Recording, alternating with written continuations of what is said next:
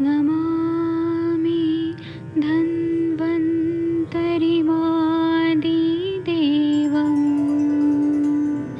सुरासुरैर्वन्दितपादपद्मं लोके जरामृत्युनाशं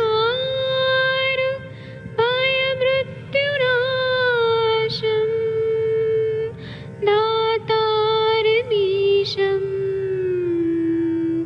विविधौषधीनां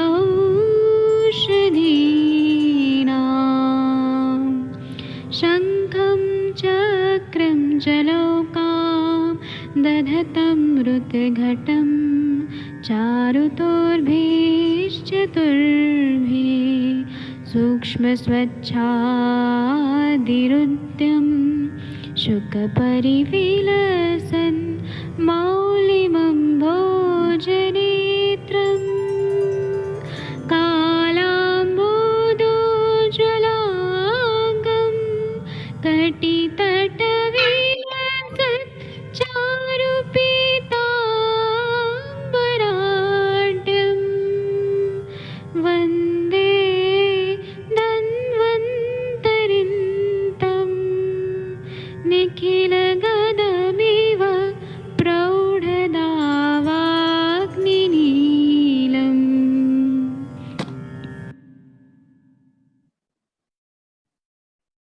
नमस्कार आप सभी वैद्यों को। मैं डॉक्टर नवीन जोशी, वैद्य नवीन जोशी, आप सभी का स्वागत करता हूं।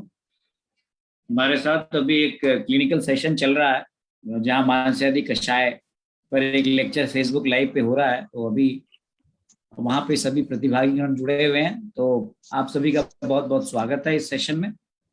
इससे पहले कि हमारे वैद्य जी यहाँ पे ज्वाइन हो, तब तक मैं आपको बताता हूँ कि आप बहुत सारे पुराने हमारे लेक्चर्स हैं और बहुत सारी संहिताओं को आप आयुष दर्पण के हमारे ऐप पर भी आप जाके आप डाउनलोड कर सकते हैं। मैं आपको आज थोड़ी सी जानकारी देना चाहूंगा कि किस प्रकार से आप, वैसे तो आप जानते हैं, कई लोगों को ये मालूम नहीं है कि हम किस प्रकार से इस संभाषा को ज्वाइन कर सकते हैं।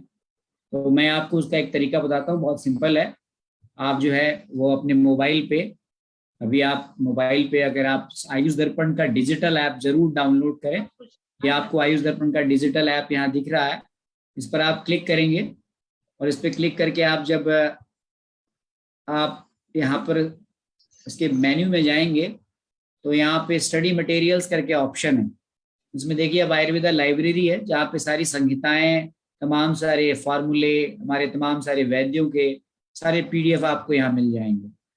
आप इसको डाउनलोड करें। Classical Ayurveda prescriptions for common disease, मर्म के नोट्स, नाड़ी, जो भी आपको चीजें हैं यहाँ पे, अलग अलग क्लासेस भी हैं बैचेस में। संहिता सामूहिक पठन कक्षा से आप जुड़ सकते हैं, ECG कक्षा से जुड़ सकते हैं, क्लिनिकल आयुर्वेद सेशन जो अभी चल रहा है इससे आप डायरेक्टली जुड़ सकते हैं। आप देखें 481 स्टूडेंट्स डॉक्टर्स ने इसको ज्वाइन किया है। इसका बैच कोड है CASX429।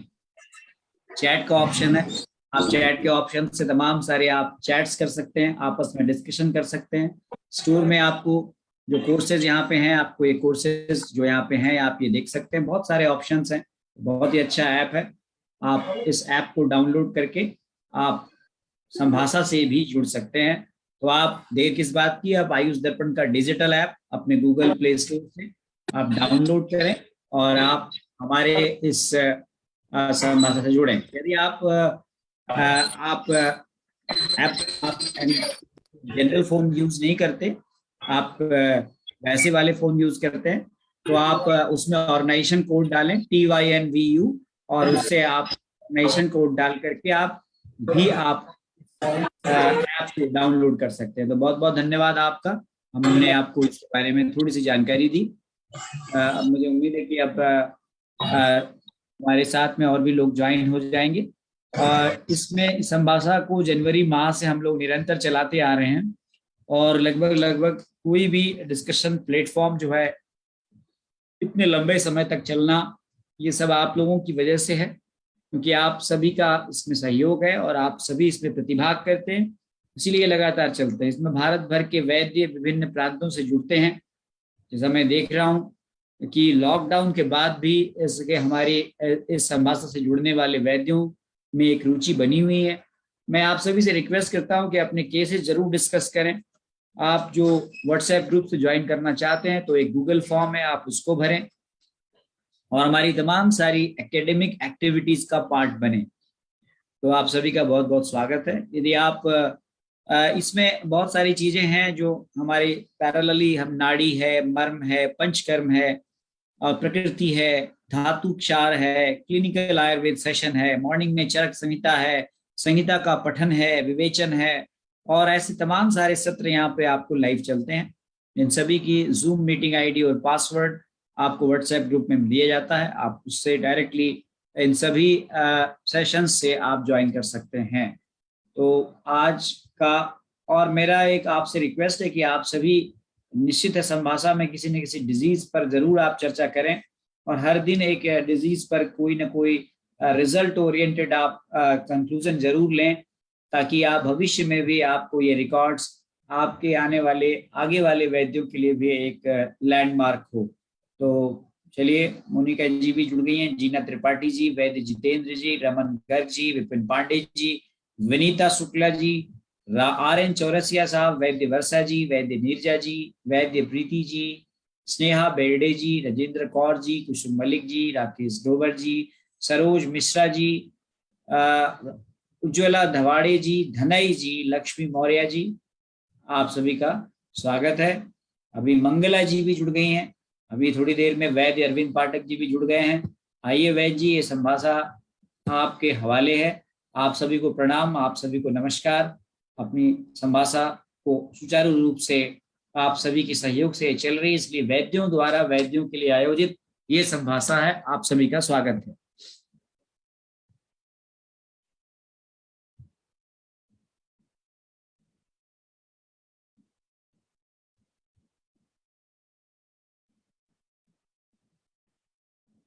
वैद्य जी, आप होस्ट हैं, आप संभाषा को सुचारू रूप से चला सकते हैं। सबको अनम्यूट कर दीजिएगा, मैंने म्यूट किया हुआ। वीरमती जी, हरे कृष्णा, जितेंद्र मिश्रा जी, प्रणाम आप सभी को जी। पाठक साहब अनम्यूट कर लीजिए सर। हाँ हाँ, 1 मिनट रुकिए। बहुत बढ़िया, मेरे एक पेशेंट है, 1 मिनट। जरूर जरूर। नहीं, हाँ हाँ, एकच पाहिजे ना? ठीक है। हाँ, मैं 1 मिनट ये स्क्रीन शेयर करता हूँ। मेरे एक पेशेंट है, उनको तेल दे रहा था, मेडिसिन। 1 मिनट रुकिए, मैं ये हेलो जी जी जी, शेयर कर दीजिए। हाँ बोला।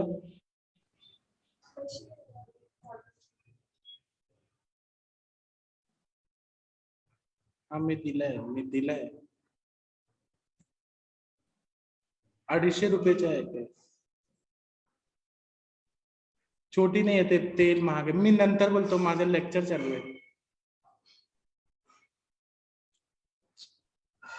लेक्चर चालू आहे. ठीक है. मैं अभी वैद्य अरविंद पाठक, मैं आपको कुछ बता रहा हूँ। हमारे पास पेशेंट ऐसे आते हैं ना। स्क्रीन शेयर नहीं हुआ वैद्य जी। अच्छा, मैं 1 मिनट करता हूँ, 1 मिनट रुकिए।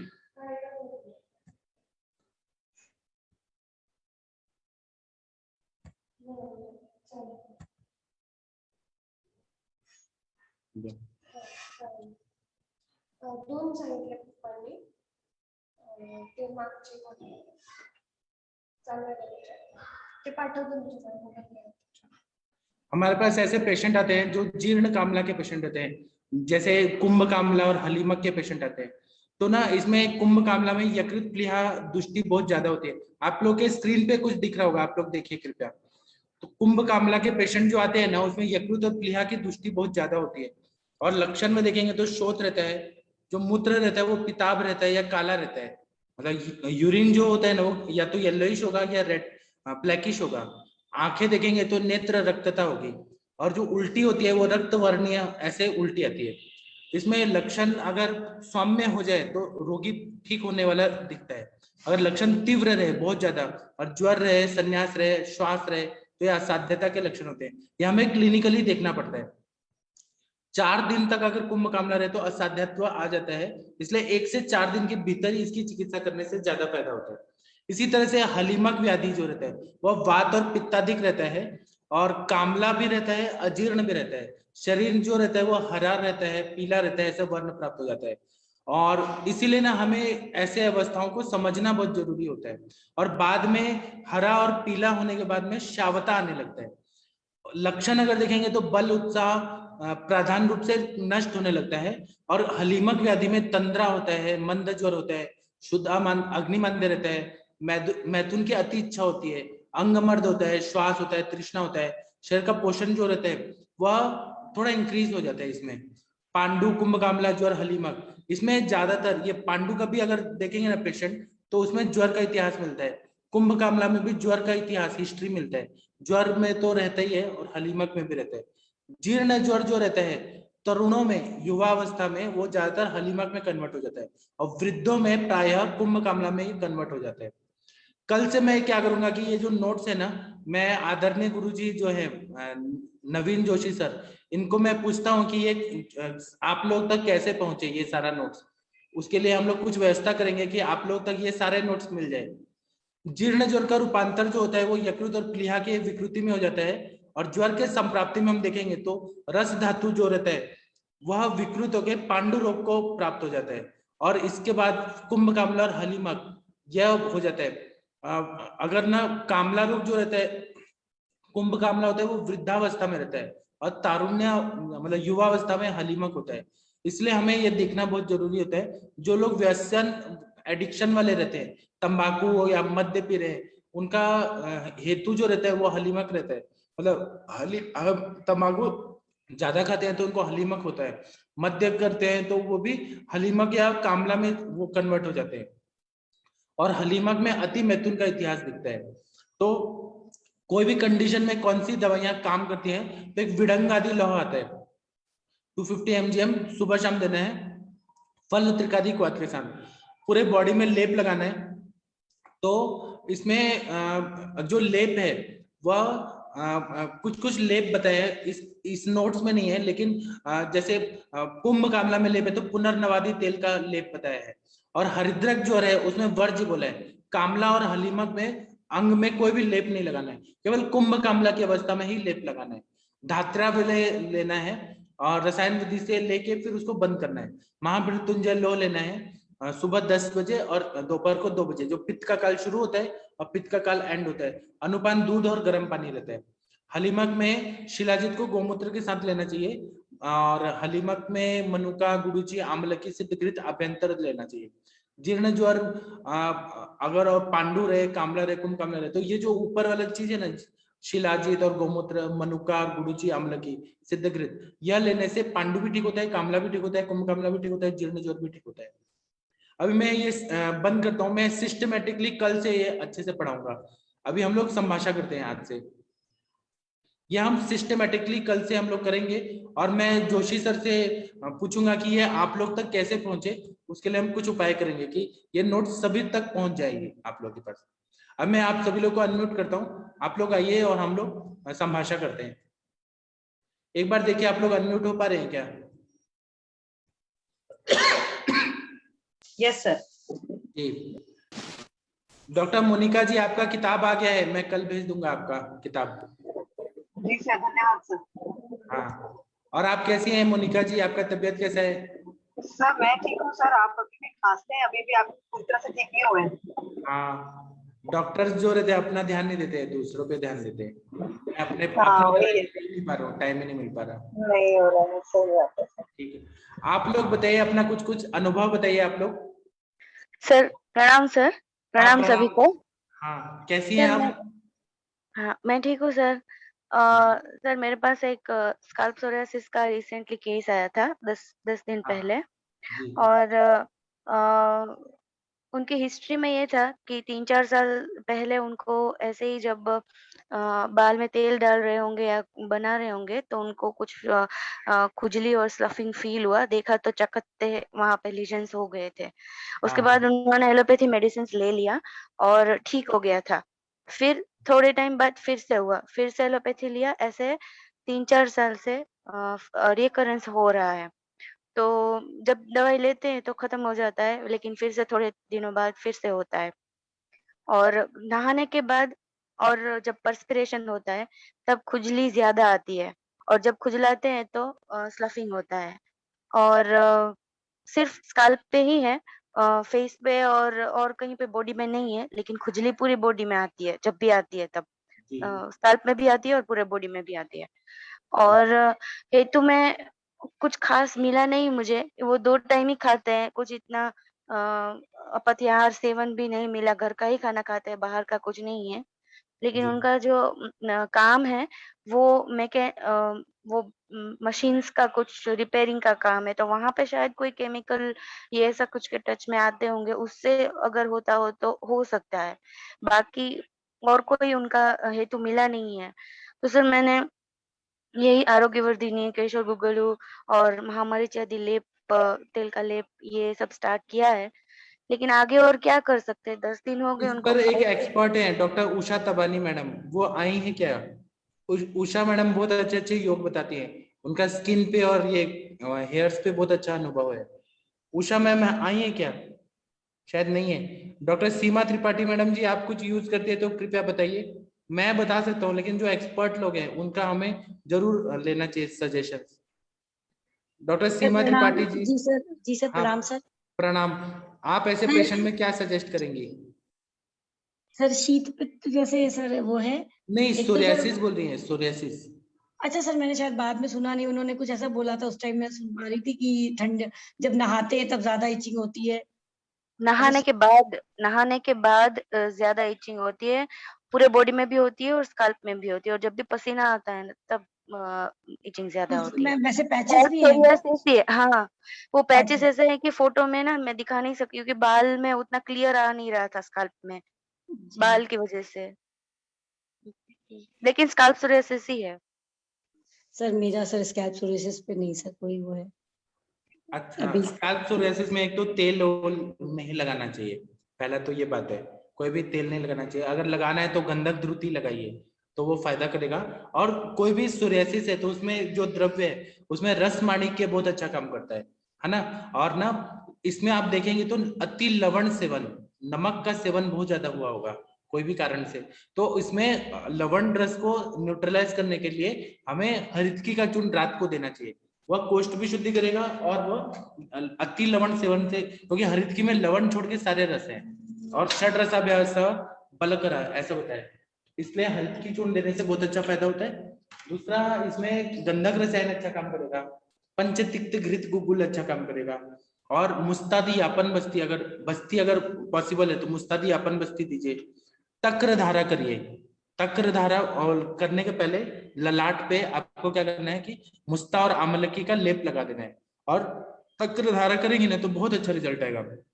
और अपना सूक्ष्म त्रिफला है, अमृता गुगुल, कैशव गुगुल, त्रिफला गुगुल, पंचतिक्तृत गुगुल, ये सारे द्रव्य जो है तिक्त रसात्मक और गुगुल कल, ये बहुत अच्छा काम करते हैं सोरियासिस में। सर परमानेंट ठीक हो सकता है ये? परमानेंट ठीक हो जाएगा, आपको तक्र धारा करना पड़ेगा और विरेचन, वमन, रक्त मोक्षण ये सब करना पड़ेगा। डॉक्टर सरोज देसाई जी, आपने भी तो यूज किया है ऐसे दवाइयां। डॉक्टर सरोज देसाई जी, आप सुन पा रही हैं हमें? हाँ सर, बोलिए बोलिए। आपने स्काल्प सोरियासिस में एक बार आप बता रही थी अच्छे अच्छे दवाइयां।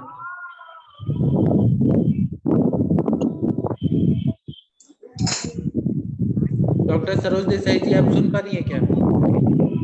सर हाँ, अभी मैंने चालू किया, पता नहीं था कौन सा टॉपिक। अच्छा, आप बाद में फिर ज्वाइन होइए, आपने शायद सुना नहीं। हाँ। और किसी को कुछ बताना है तो बताइए। उषा मैडम कहाँ चले गए? उषा मैडम बहुत अच्छा अच्छा चीज बताती थी। सर सोराइसिस में वंग भस्म भी बहुत अच्छा काम करती है साथ में। हाँ हाँ, बहुत बढ़िया आपने मेरा बताया। रिजल्ट रहा है कि अगर रिजल्ट नहीं मिलता ना, तो अगर हम कोई भी आप पुष्प धनवा रस या वंग भस्म का प्रयोग करते हैं तो रिजल्ट आ जाता है। हमें वहां पे रीजनरेट करना होता है ना, तो जी सर, वंग भस्म, पुष्प धनवा, ये शुक्र धातु को अच्छा करता है। हाँ सर, स्किन में आराम पड़ने लगता है। हाँ, बहुत बढ़िया। और किसी ने काम किया स्काल्प सोरियासिस में तो अपना अनुभव बता सकते हैं। सभी का स्वागत है।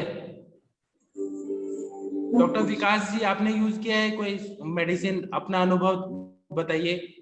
डॉक्टर रमन गर्ग जी, आपने यूज किया तो बताइए। स्काल्प सोरियासिस में। प्रणाम सर। हाँ प्रणाम सर, बताइए। जी, मेडिसिन बताने के लिए तो आप गुरुजी बैठे हुए हैं सर। हाँ। एक चीज मैं ऐड करना चाहूंगा केवल, हाँ कुटकी चूर्ण और चिरायता चूर्ण को रात में भिगोकर शाम में रख दिया जाए हाँ और उसका पानी सुबह निकाल के पिला सकते हैं पेशेंट को। हाँ। और ये सर कंटिन्यू 45 दिन देना है। अच्छा।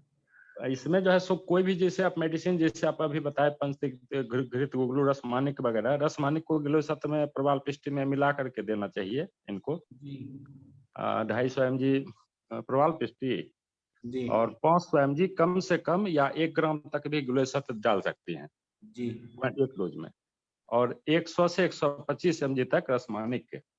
जी। ये एक योग हो गया। और ये चिरायता और कुटकी का पानी बहुत अच्छा रिजल्ट देगा, लीवर पर भी काम करता है शरीर का। जी तो रस धातु अच्छा हो जाता है, रक्त भी मतलब साफ होने लगता है धीरे जी धीरे। जी और इसका परिणाम बहुत सुंदर आता है। जी। सर, हाँ सर, मैं बोलने चाह रही हूँ, सोरियासिस का कुष्ठ का चल रहा है ना, मैं पटोलादिक्वाथ देती हूँ, त्रिफलाक्वाथ, आरोग्यवर्धिनी और महातिक्त द्रुत देती हूँ, शमन स्नेहन कराती हूँ। और इसको कुछ कॉन्स्टिपेशन, त्रिफलाक्वाथ से तो कॉन्स्टिपेशन भी नहीं रहता है सुबह में। और फिर सर उसको लगाने के लिए 7 ऑयल आता है, वो देती हूँ। और सर हमने इस बार स्किन के लिए एक पाउडर भी बनाया और ऑयल भी बनाया है। संतर्पणीय अध्याय के इस अध्याय में है और उसका योग है दारू हरिद्रा, खैर छाल, नीम की छाल। फिर मैंने मैसेज किया था 8:30 बजे सर इसमें तो उसका हमने ऑयल भी बनाया है और पाउडर भी बनाया है, तो उसका भी सर बहुत अच्छा रिजल्ट मिलता है। अभी उसका कंटेंट मुझे देखना पड़ेगा, अभी 3-4 कंटेंट याद है। मैम त्रिफलाक्वाथ समभाग में देती हैं क्या? त्रिफला समभाग में रहता है? हाँ, समभाग में। और पटोलादिक्वाथ तो दिया ही है, पोस्ट में बताया ही है। ऑयल कौन सा बताया मैम आपने? त्रिफलाक्वाथ और पटोलादिक्वाथ सुबह में देती। ऑयल ऑयल ऑयल हमने ऐसे बनाया है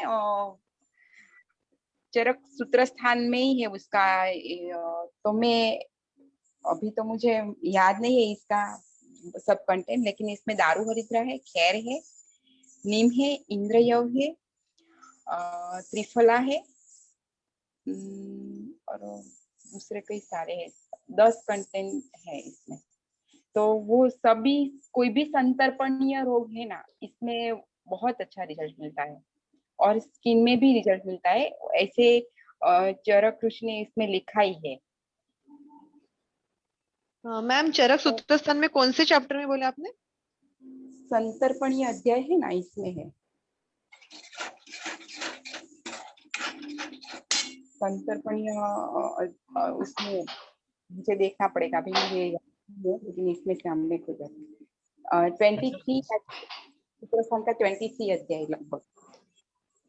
जी मैम, रिपीट करिए प्लीज। चरक सूत्र स्थान का 23 हाँ 23 अध्याय में ऐसा है ना, तो व्हाट्सएप में भेज दूंगी आप सब। Okay ma'am, okay, thank you. अच्छा मैम, आसम में यहाँ सारी वाद्या सब ठीक रहेगा या खदरा रेस्ट, दोनों में कौन सा उत्तम रहेगा?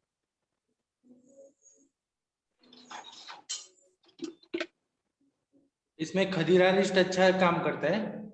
खदरा रिस्ट अच्छा काम करता है? हाँ, अच्छा काम करता है खदीरा रिस्ट। महामतिष्ठादिक्वाथ अच्छा काम करता है।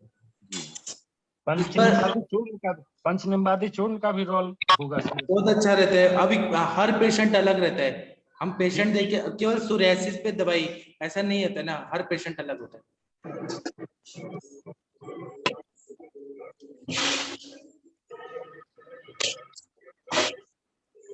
ठीक है, थैंक यू सरोज मैडम जी। अब कोई केस बताना चाहते हैं तो बताइए। डॉक्टर स्वाति जी, जम्मू की डॉक्टर, आपने कुछ केस बताया था। डॉक्टर स्वाति बालाजी, या कोई और डॉक्टर कोई कुछ पूछना चाहते हैं या सक्सेस स्टोरीज बताना चाहते हैं तो आप लोग का स्वागत है। सर मुझे ये पूछना था कि रस माणिक्य का स्किन में यूज होता है कैसे, कितना mg डालना है? जी देते हैं, वो हरताल भस्म रहता है, रस माणिक्य हरताल भस्म से बनता है।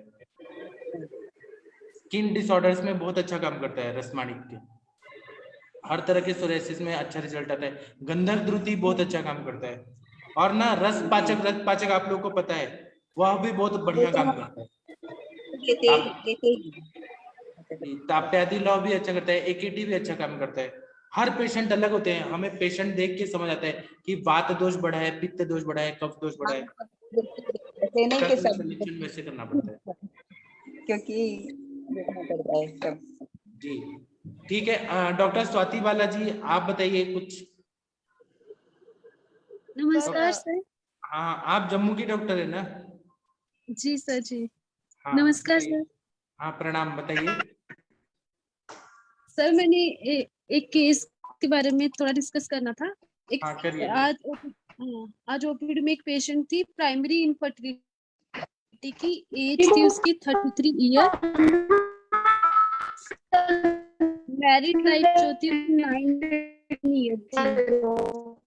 जी थोड़ा जोर से बोलिए क्या स्वाति जी, इतना पतला आवाज में बोलिए, धीरे से कि आवाज ही सुनाई नहीं दे रहा। जम्मू की डॉक्टर है आप, जोर से बोलिए, जोर से।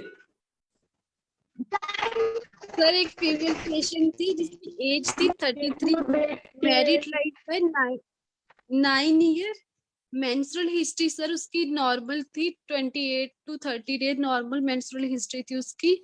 हाँ। और सर उसको अभी तक कोई कंसीव नहीं हुआ था एक बार भी, वो जो है नली ग्रेविडा थी, मतलब अभी तक प्राइमरी इनफर्टिलिटी के लिए वो कब से ट्रीटमेंट ले रही है। उसने सर जो इन्वेस्टिगेशन करवाई थी उसमें HSG करवाया था और सीमन एनालिसिस और साथ में फॉलिकुलर स्टडी करवाई हुई थी। तो सर फॉलिकुलर स्टडी में ओव्यूलेशन तो नहीं दिखाया था उसमें, पर उसमें इम्प्रेशन ये था कि पोस्टीरियर फाइब्राइड है जो कि 2.1 mm मल्टीप्लाई 4.2 mm का था पोस्टीरियर साइड पे, और उसमें HSG में जो था वो नॉर्मल स्टडी थी उसकी, सीमन एनालिसिस भी नॉर्मल था जी। और सर वो फर्टिलिटी की बहुत देर से ट्राई करी 9 ईयर से, पर उसे कंसीव नहीं हो रहा है। ठीक है, आपने ये तो यूएनजी का बताया, लक्षण बताए, सिम्टम। सर पेशेंट को कोई कंप्लेन नहीं थी, वो इसे सिर्फ यही बता रही थी कि मुझे कंसीव इरेगुलर है क्या, मेंसेस टाइम पे आता है क्या, पेन होता है क्या, कुछ मेंसेस उसके रेगुलर है सर। मेंसेस सर सिम्टम में सिर्फ वो ये बता रही थी कि मुझे एसिडिटी रहती है और कॉन्स्टिपेशन होता है कभी कभी, और सर ऐसे कोई सिम्टम नहीं था, वेट भी उसका सही था। कॉन्स्टिपेशन है, अपान दृष्टि है, तो आपने हेतु में पूछना चाहिए कि वह मल वेगावरोध करती है क्या, मूत्र वेगावरोध करती है क्या। सर मैंने पूछा था, वो मैंने खाने का डाइट भी पूछी थी, तो वो कह रही कि नॉन वेज भी वो नहीं लेती है, वेज डाइट है और नॉर्मल खाना खाती है, जैसे 2 फुलके सुबह खा लिए, 2 रोटी, और दोपहर को चावल लेती है और रात को भी जो है वही 2 रोटी ही, ऐसे ही खाना खाती हैं। कभी कभार कहती है कॉन्स्टिपेशन होता है, वरना ठीक रहता है, अगर मैं कुछ तला हुआ खाऊंगी तो एसिडिटी हो जाएगी। जी वो ठीक है, लेकिन ये हेतु क्या मिला और संप्राप्ति कैसे बना? वो कोई कॉन्ट्रासेप्टिव पिल्स खाती थी? नहीं सर, कुछ नहीं लिया, क्योंकि 9 साल एक बारी भी प्रेगनेंसी नहीं हुई उसको। और उनका एजुकेशन कितना है, उनका प्रोफेशन कैसा है, स्ट्रेस वाला है कि कैसा है? नहीं सर, वो हाउस वाइफ है और 12th तक पढ़ी हुई है और हाउस वाइफ भी है, कब से कोई काम नहीं, घर में ही रहना है पूरा दिन। अच्छा, आप मेंटल स्टेटस जानना चाहिए था आपको, मेंटल स्टेटस क्या है उनका? सर 9 ईयर है मैरिटल स्टेटस उसका। वो ठीक है, तो डिप्रेशन तो आ ही रहा होगा ना? जी हाँ सर, डिप्रेशन बहुत जगहों से सर इलाज करवा चुकी है पहले से ही ना, जैसे क्लोमिफेन साइट्रेट उनका बहुत बार चल चुका है पहले ही। जी सर उनका जो फॉलिकुलर स्टडी है उसमें ओव्यूलेशन शो नहीं हुआ, एंडोमेट्रियम थिकनेस। आप ये बताइए, एलोपैथी का मेडिसिन कितने साल तक दी वो? मेंसेस आने के लिए। सर वो कह रही है कि मैंने एलोपैथी भी लिया है और कुछ कुछ हकीमों से भी बहुत बार दवाइयां खाई हैं। हाँ, तो जो भी दवाई खाई है उनका साइड इफेक्ट नहीं दिखता आपको? साइड इफेक्ट तो हुआ ही है उनका बॉडी में। वायु का प्रकोप इतना क्यों बढ़ गया? मेंसेस का ही प्रॉब्लम है। और सारे योनि व्यापक जो है वो वायु के वजह से ही होते हैं। इनफर्टिलिटी सारा वायु के प्रकोप से ही होता है। तो सबसे पहले तो आपको क्या करना होगा कि वमन करा दीजिए, विरेचन करा दीजिए, मतलब पंचकर्म करा के शुद्धि करा के फिर बस्ती दे दीजिए।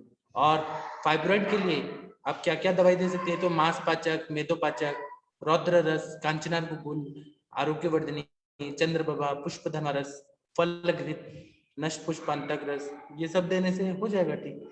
नागकेशर और भारंगी या नागकेशर और त्रिकटु दे दीजिए, उससे अच्छा हो सर उसके जाएगा। लिए ओव्यूलेशन ओवुलेशन करने के लिए क्या करना है कि अदरक स्वरस का नस से देना है ना। पुष्प धनवा रस और नष्ट पुष्पांतक रस दिया ना तो ओवुलेशन अच्छे से होने लगता है। और वो रप्चर, एग रप्चर होने के लिए हम लोग अदरक स्वरस का नस से देते हैं।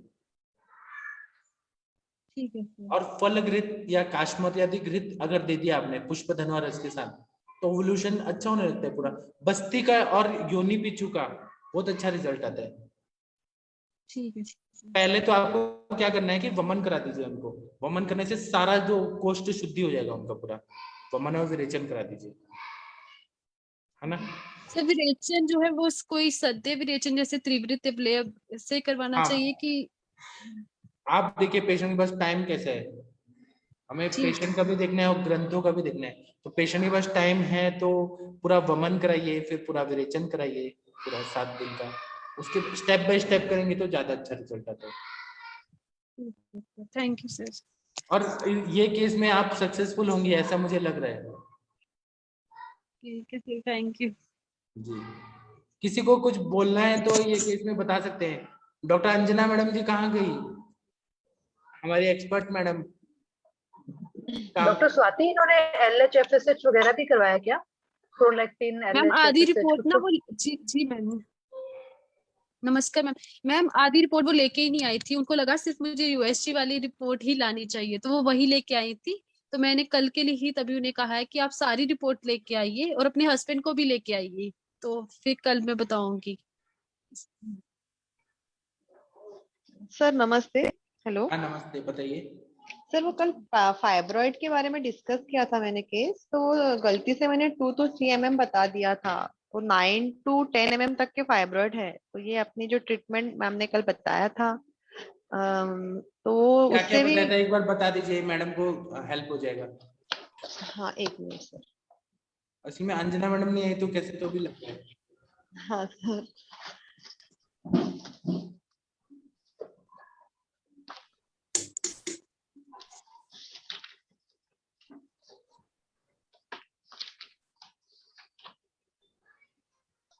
डॉक्टर लक्ष्मी जी बोल रही हैं कि बुक चाहिए, मैं भेज दूंगा आपके लिए भी। लक्ष्मी जी आप चिंता मत करिए। सर आप कौन सी बुक? हाँ सर जी कौन बताइए सी? गौरंगी जी। हाँ सर, यूटेराइन फाइब्रॉइड के लिए मैम ने बोला था कि जैसे ब्लीडिंग के लिए दीपन पाचन करना पड़ेगा, फिर केशर, नाग केशर घृत या फिर नाग केशर चूर्ण के साथ थोड़ा सा घृत मिला के दे दो। फिर आरोग्यवर्धिनी खाने से पहले बोला था मैम ने। फिर क्षार जलकुंडी या फिर यवक क्षार देने के लिए बोला था, लघु मालिनी वसन, फिर शोधन, और फिर त्रिवंग भस्म और कुटकी चूर्ण। इसका भेदन करने के लिए या इन दोनों में से एक कोई भी या फिर इनको थोड़ा सा मिला के देने के लिए बोला था।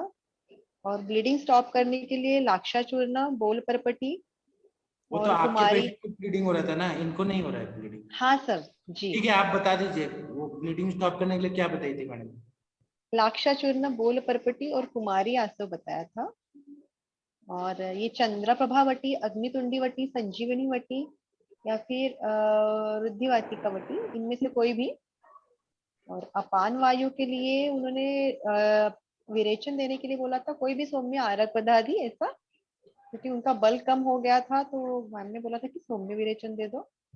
और बस्ती में मात्रा बस्ती बताई थी शतपुष्पादि तेल से।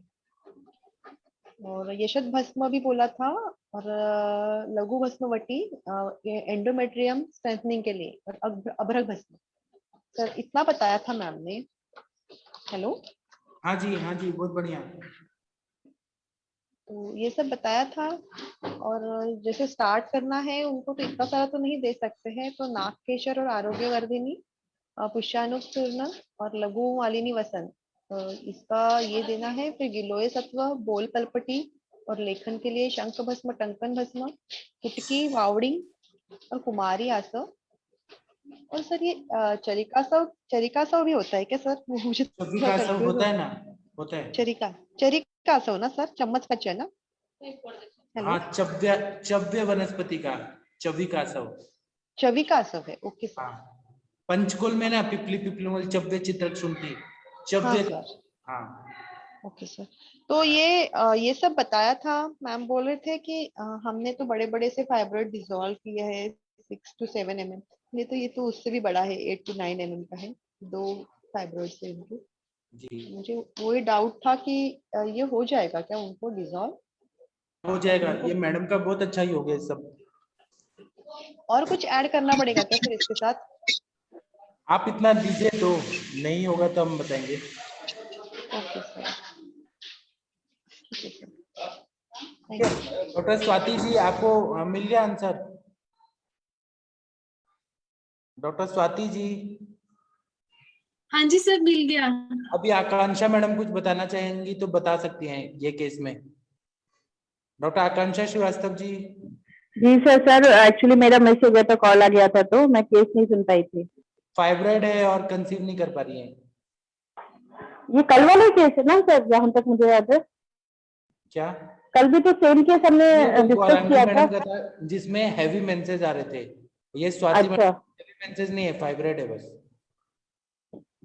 ठीक है, तो सर आपने तो बता ही दिया होगा। मैं भी इसमें रॉड्रेस यूज करती हूँ और मांसपाचक यूज करती हूँ, या काढ़े के रूप में ज्यादा यूज करती हूँ टैबलेट की बजाय। पत्र पोटली स्वेदन है, और दूसरी चीज ये अदरक स्वरस का नश्य देती हूँ, सिद्ध तेल का या घृत का, यूजुअली तेल यूज करती हूँ। और पीरियड्स की ब्लीडिंग वगैरह ज्यादा रहती है तो उसके हिसाब से फिर काम करती हूँ उसके ऊपर। और मतलब इतने से। और साइज क्या है मैम? Ma'am hello. 2.1 mm। जी मैम, हाँ मैम, और 2.1 mm। हाँ, और एक कल मैंने एक लेप भी बताया था बदर का और बिल्व। हाँ, बदर और बिल्व का लेप रहता है, वो भी बहुत अच्छा काम करता है।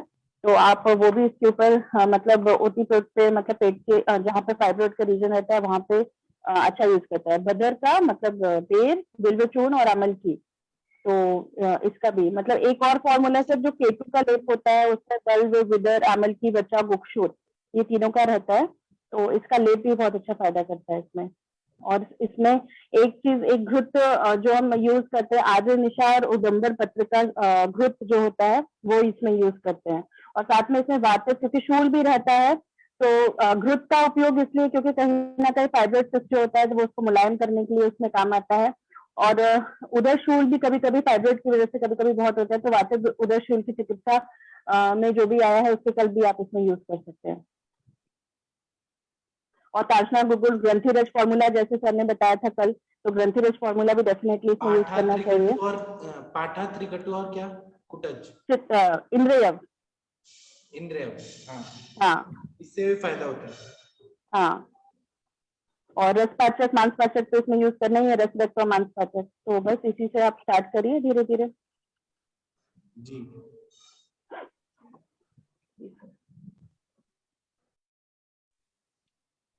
सर आज सर आपने मानसा दी आज कषाय पढ़ा है। अब मेरी कल ही पेशेंट आई थी और मैं सोच रही थी उसमें क्या क्या दूं, तो आज ही मेरे को एक मेडिसिन तो आप ही से पता चल गई तुरंत, क्योंकि उसने उसकी ऐसी हिस्ट्री थी पेशेंट की कि समझ लीजिए उसने सबसे पहले आके बोला मैडम मैं 10 साल से सोई नहीं हूँ।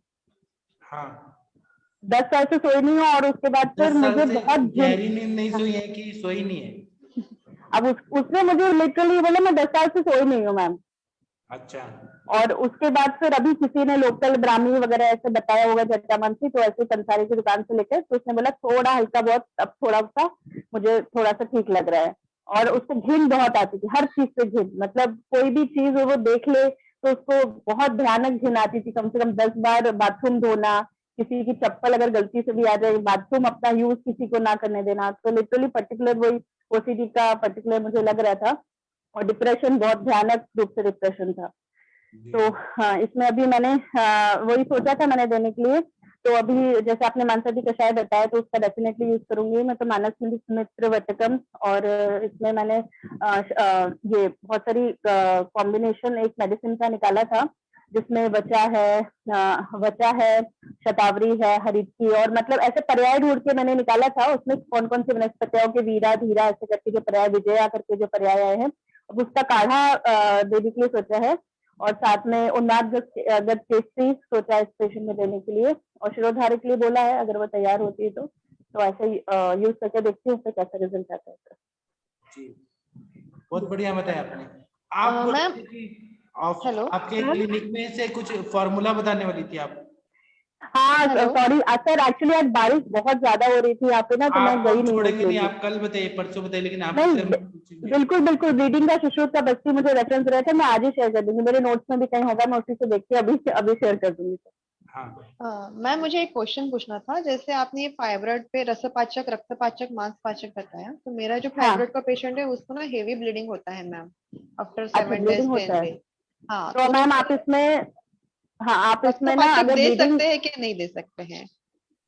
ब्लीडिंग है तो हाँ, रक्तपाचक क्यों नहीं देख ले? ब्लीडिंग के समय जो अगर पीरियड्स के दौरान अगर आपको देना है, जब ब्लीडिंग ज्यादा रहती है, तब आप उसमें रक्तपित कुलकंडल रस और मौक्तिक कामधेनु कर भी मैंने बताया था, और शोणित स्थापन गण, ये 2 चीज यूज करिए, आपको बहुत अच्छा रिजल्ट मिलेगा पेशेंट में, क्योंकि अधोग रक्तपित की तरह इसको ट्रीट करना है।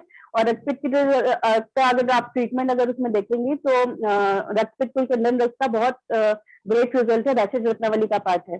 आप उसका मेडिसिन बनाइए, उससे बहुत अच्छे रिजल्ट आपको मिलेंगे। और साथ में इसमें दुर्वा कल भी यूज करें, क्योंकि उसका भी बहुत अच्छा रिजल्ट मिलता है इसमें। हाँ मैम, नहीं एक्चुअली मुझे ये कंसेप्ट थोड़ा क्लियर था कि जैसे रक्तस्राव तो और से हो रहा है, तो रक्तपाचक देना है कि नहीं देना है, क्यों नहीं डाउट देना था। है? रक्तगत आम है तो क्यों नहीं देना है? वो पूरा स्त्रोत एक जगह से अवरुद्ध है, एक तरह से ज्यादा निकल रहा है, अति प्रवृत्ति संगोवा, ऐसे सिम्टम है ना। हाँ, तो उसमें देना ही देना है, मतलब रक्त दुष्टि तो है ही फायदा है। होता है। हाँ, लेकिन वो मेन चिकित्सा नहीं है। मेन चिकित्सा मैडम बता रही है कि ये शोणित स्थापन गण ये सब है, वो मेन चिकित्सा है। जी सर। तो जो ये इनफर्टिलिटी वाला केस अभी डिस्कस हो रहा था, तो इसके अंदर जैसे जो फाइब्रॉइड भी है साथ में, तो मेरे को कासीस तेल की उत्तरवस्ती और ऑल्टरनेटिवली फलघृत की उत्तरवस्ती देंगे तो उससे भी अच्छा रिजल्ट मिलने का चांस रहेगा। और सर मैंने पर्सनली कुछ इनफर्टिलिटी के केसेस बहुत सक्सेसफुली ट्रीट किया है, और उसके अंदर मुझे फलघृत का तो बहुत ही अच्छा रोल मिला, और उसके साथ साथ सुकुमार कषाय और आरोग्यवर्धनी और चंद्रप्रभावटी ये करके मैंने दिया। तो मेरे को कुमारे आसव भी बीच बीच में कुमारे आसव देने के लिए, ताकि एक हार्मोनल डिस्टरबेंस जो है वो ठीक हो जाए। तो उसके लिए, क्योंकि इनका LHFSH वाला भी एक पार्ट हमको देख लेना चाहिए कि कहीं पे हार्मोनल डिस्टरबेंस भी है क्या इंशो पेशेंट के अंदर, वो भी देखना पड़ेगा। पर मुझे लगता है सर उत्तरवस्ती का भी रोल इसमें अच्छा हो सकता है। सर आप क्या कहते हैं सर? हाँ, मुझे भी सही लग रहा है, क्योंकि सर फाइब्रॉइड तो यूजुअली जैसे प्रेगनेंसी होगी तो वैसे भी फाइब्रॉइड के साथ प्रेगनेंसी सस्टेन कर जाती है, उसमें कोई इशू आता नहीं बहुत ज्यादा। लेकिन सर एक बात कहना चाहूंगा। हाँ सर, ये कशिशादी तेल का उत्तरवस्ती क्या देना ठीक रहेगा? क्योंकि फाइब्रॉइड है ना, क्षार रहता है काशीसादी तेल में, आधो क्ले देती पश्चात विशोषण, लेकिन अभी नहीं देना है, पहले हमें स्नेहन करने के बाद देना चाहिए। स्टार्टिंग में अगर देंगे तो वो शरण करके प्रॉब्लम नहीं करेगा क्या?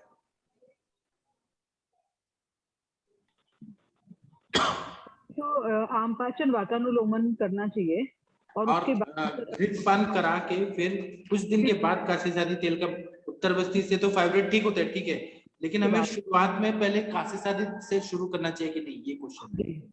जी पहले फलघृत करें, फलघृत करते उसका उत्तरवस्ती देके फिर काशीसादी तेल नेक्स्ट मंथ में, ऐसे करना चाहिए। या अल्टरनेट डेज करें, एक दिन काशीसादी तेल एक दिन फलघृत, ऐसे करें। जी हाँ, ये भी बताया था सर कामिनी मैम ने एक बार। हाँ,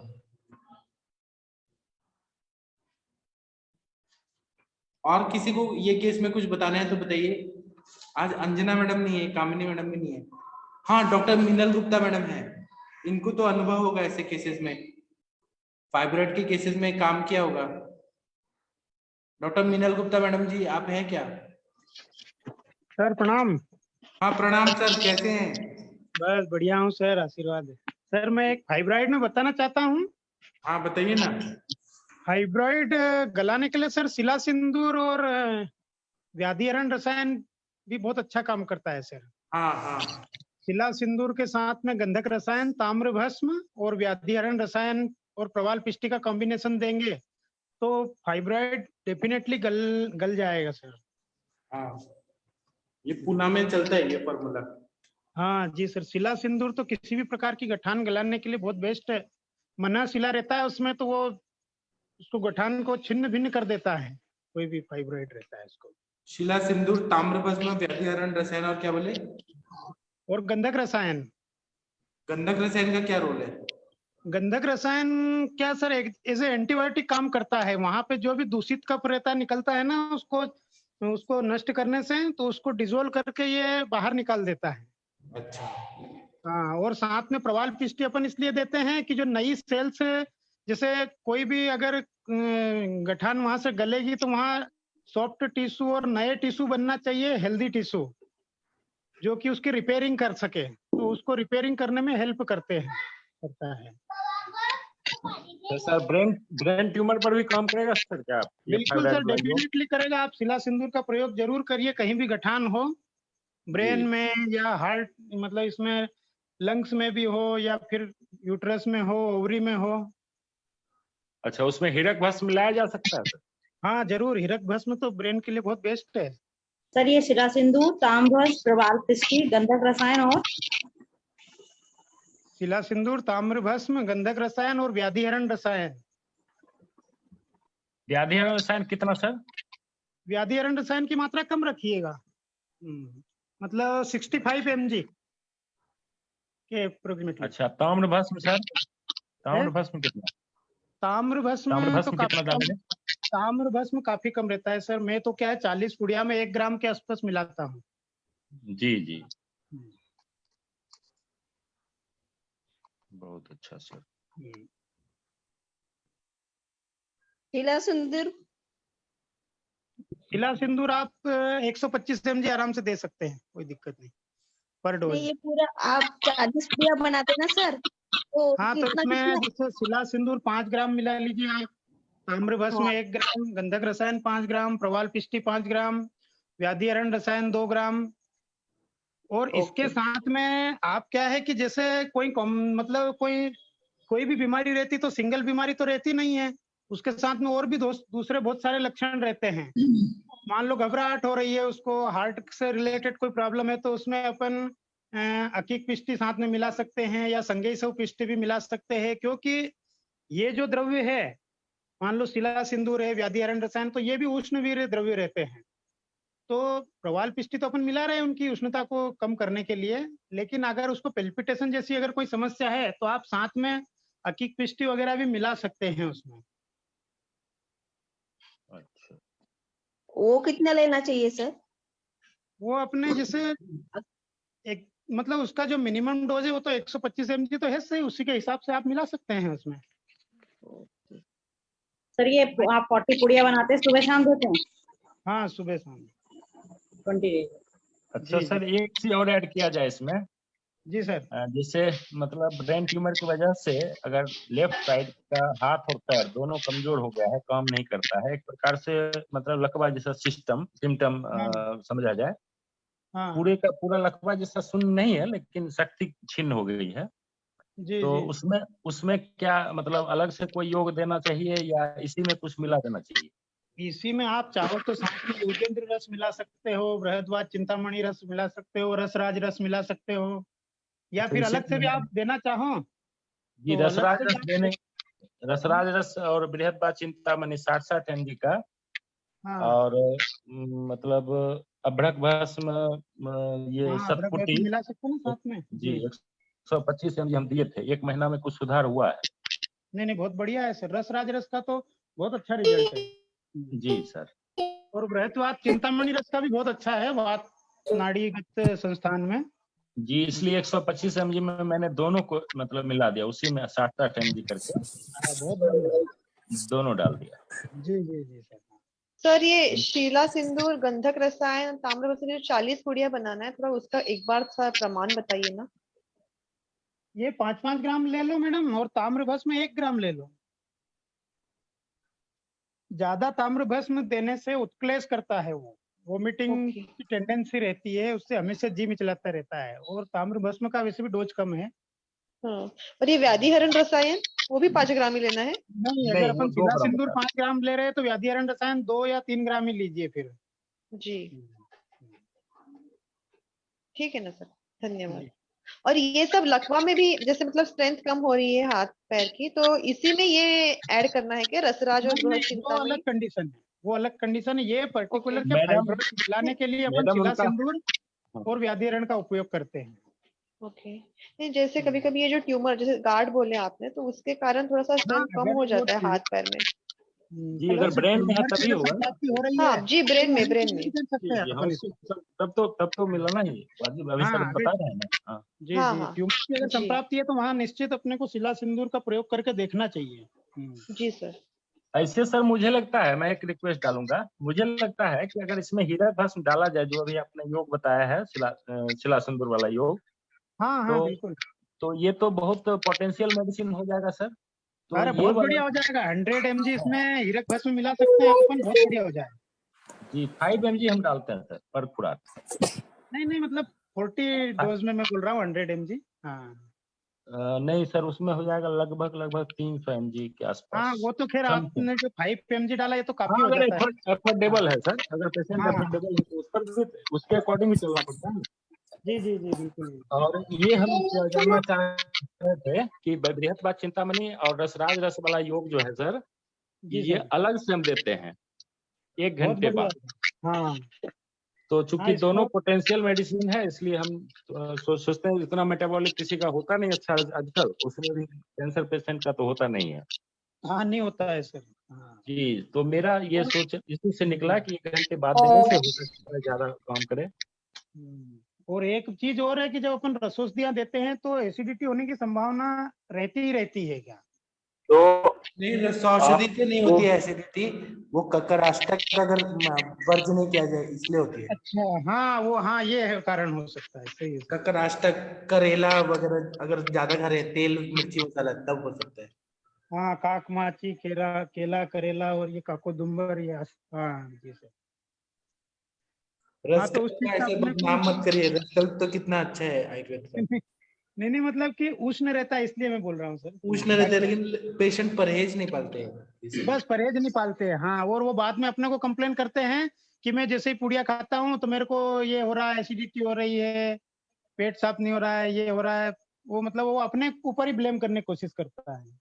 जी सर, उसके लिए काचनार छाल से सिद्ध किया हुआ घृत हमने उनको खिलाया, चूंकि क्रोनिक कॉन्स्टिपेशन की पेशेंट थी पहले से, तो उनका कॉन्स्टिपेशन जब तक दवा दिया जाता था तभी तक दूर होता था, बाद बाकी उनका फिर पुनः जो है रिकरेंस होता था। तो जब 20 दिन हमने वो घृत पान करवाया उनको, तब जाकर के उनका कॉन्स्टिपेशन अभी बिल्कुल ही दूर हो चुका है। अब बहुत खुश रहती हैं पेशेंट, लगभग सर कौन सा घृत दिया आपने? जी, कौन सा घृत दिया? काचनार छाल को मैंने यहीं पर घर पर ही बना करके मैंने देसी गाय के घी में सिद्ध करके दिया है। सर खाली काचनार छाल ही? जी, केवल काचनार छाल। हाँ, क्योंकि ऐसे बहुत कॉन्स्टिपेशन के पेशेंट्स होते हैं जो बहुत क्रॉनिक हैं और उन्हें मेडिसिन दो तो दे विल फाइन, एंड फिर अगेन वो रिपीट प्रॉब्लम आ जाती है। बिल्कुल मैम, वो तो पहले से ही परेशान थी कॉन्स्टिपेशन से। असल में हाँ, उनका हिस्ट्री बहुत, हाँ क्रॉनिक हिस्ट्री उनका पेशेंट लंबा मिला है, अभी तो 1 ही महीना हुआ है उनका। Okay sir. असल में उनको ब्रेस्ट कैंसर था पहले, उसका ऑपरेशन मुंबई में टाटा मेमोरियल में हो चुका है 19 में, रेडिएशन कीमो वगैरह वगैरह सब हो गया, उससे वो उबर भी चुकी हैं।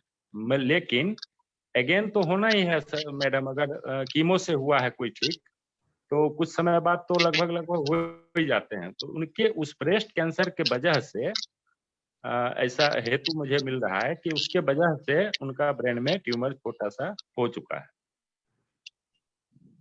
तो अभी तो उल्टी वगैरह इतना भयानक पोजीशन था कि कमांड नहीं हो पा रहा था, बहुत ज्यादा सुस्त से रस बृहद चिंतामणि, इस समय उल्टी के लिए भी चला है। पीपल का ये छाल का चूर्ण अथी राख जो होता है उस सब टाइप से बना करके, लेकिन उससे भी कंप्लीट नहीं हुआ तो 2 रेडिएशन उनको दिया गया और उसके बाद से कमांड होना शुरू हो गया। उल्टी तो बंद हो गई तत्काल। अब जो है 1 महीने बाद उनका हाथ पैर भी काम करना शुरू कर दिया है अच्छे से, लेकिन पूरी शक्ति नहीं आई है। अब इस बार हम दवा तैयार कर रहे हैं फिर, तो इसका रिजल्ट 1 महीने बाद पता चलेगा। सर ये घृत आपने कितना डोज में दिया? सुबह अब पीड़क के रूप में दिया या मॉर्निंग इवनिंग दोनों टाइम? जी नहीं, एक टाइम दिया था, क्योंकि आहार विहार जितना मैं अपेक्षा करता था कि इस स्थिति से उबर रहे हैं तो आहार विहार पर ज्यादा ये ध्यान देंगे, उसको फॉलो नहीं किया उन्होंने। और चूंकि सुबह में ले लेते हैं ज्वारे का रस वगैरह, वो भी हमने कहा था कि आपके गांव में सुविधा है, आप अपने से निकाल सकते हो ताजा ताजा, लेकिन बाजार वाला ही लेती हैं और उसमें तुलसी का गिलोय का ये रस मिला करके और सुबह में वो ले लेती हैं। लेकिन घृतपान सबसे पहले करवाते हैं सुबह में, थोड़ा सा सौंठ का चूर्ण और घृत गर्म करके थोड़ा सा ऊपर से कोसम जल। सर कितना 20 ml या 10 ml? जी 10 ml से शुरू किए थे, 20 ml पर बंद कर दिया। Okay sir ji.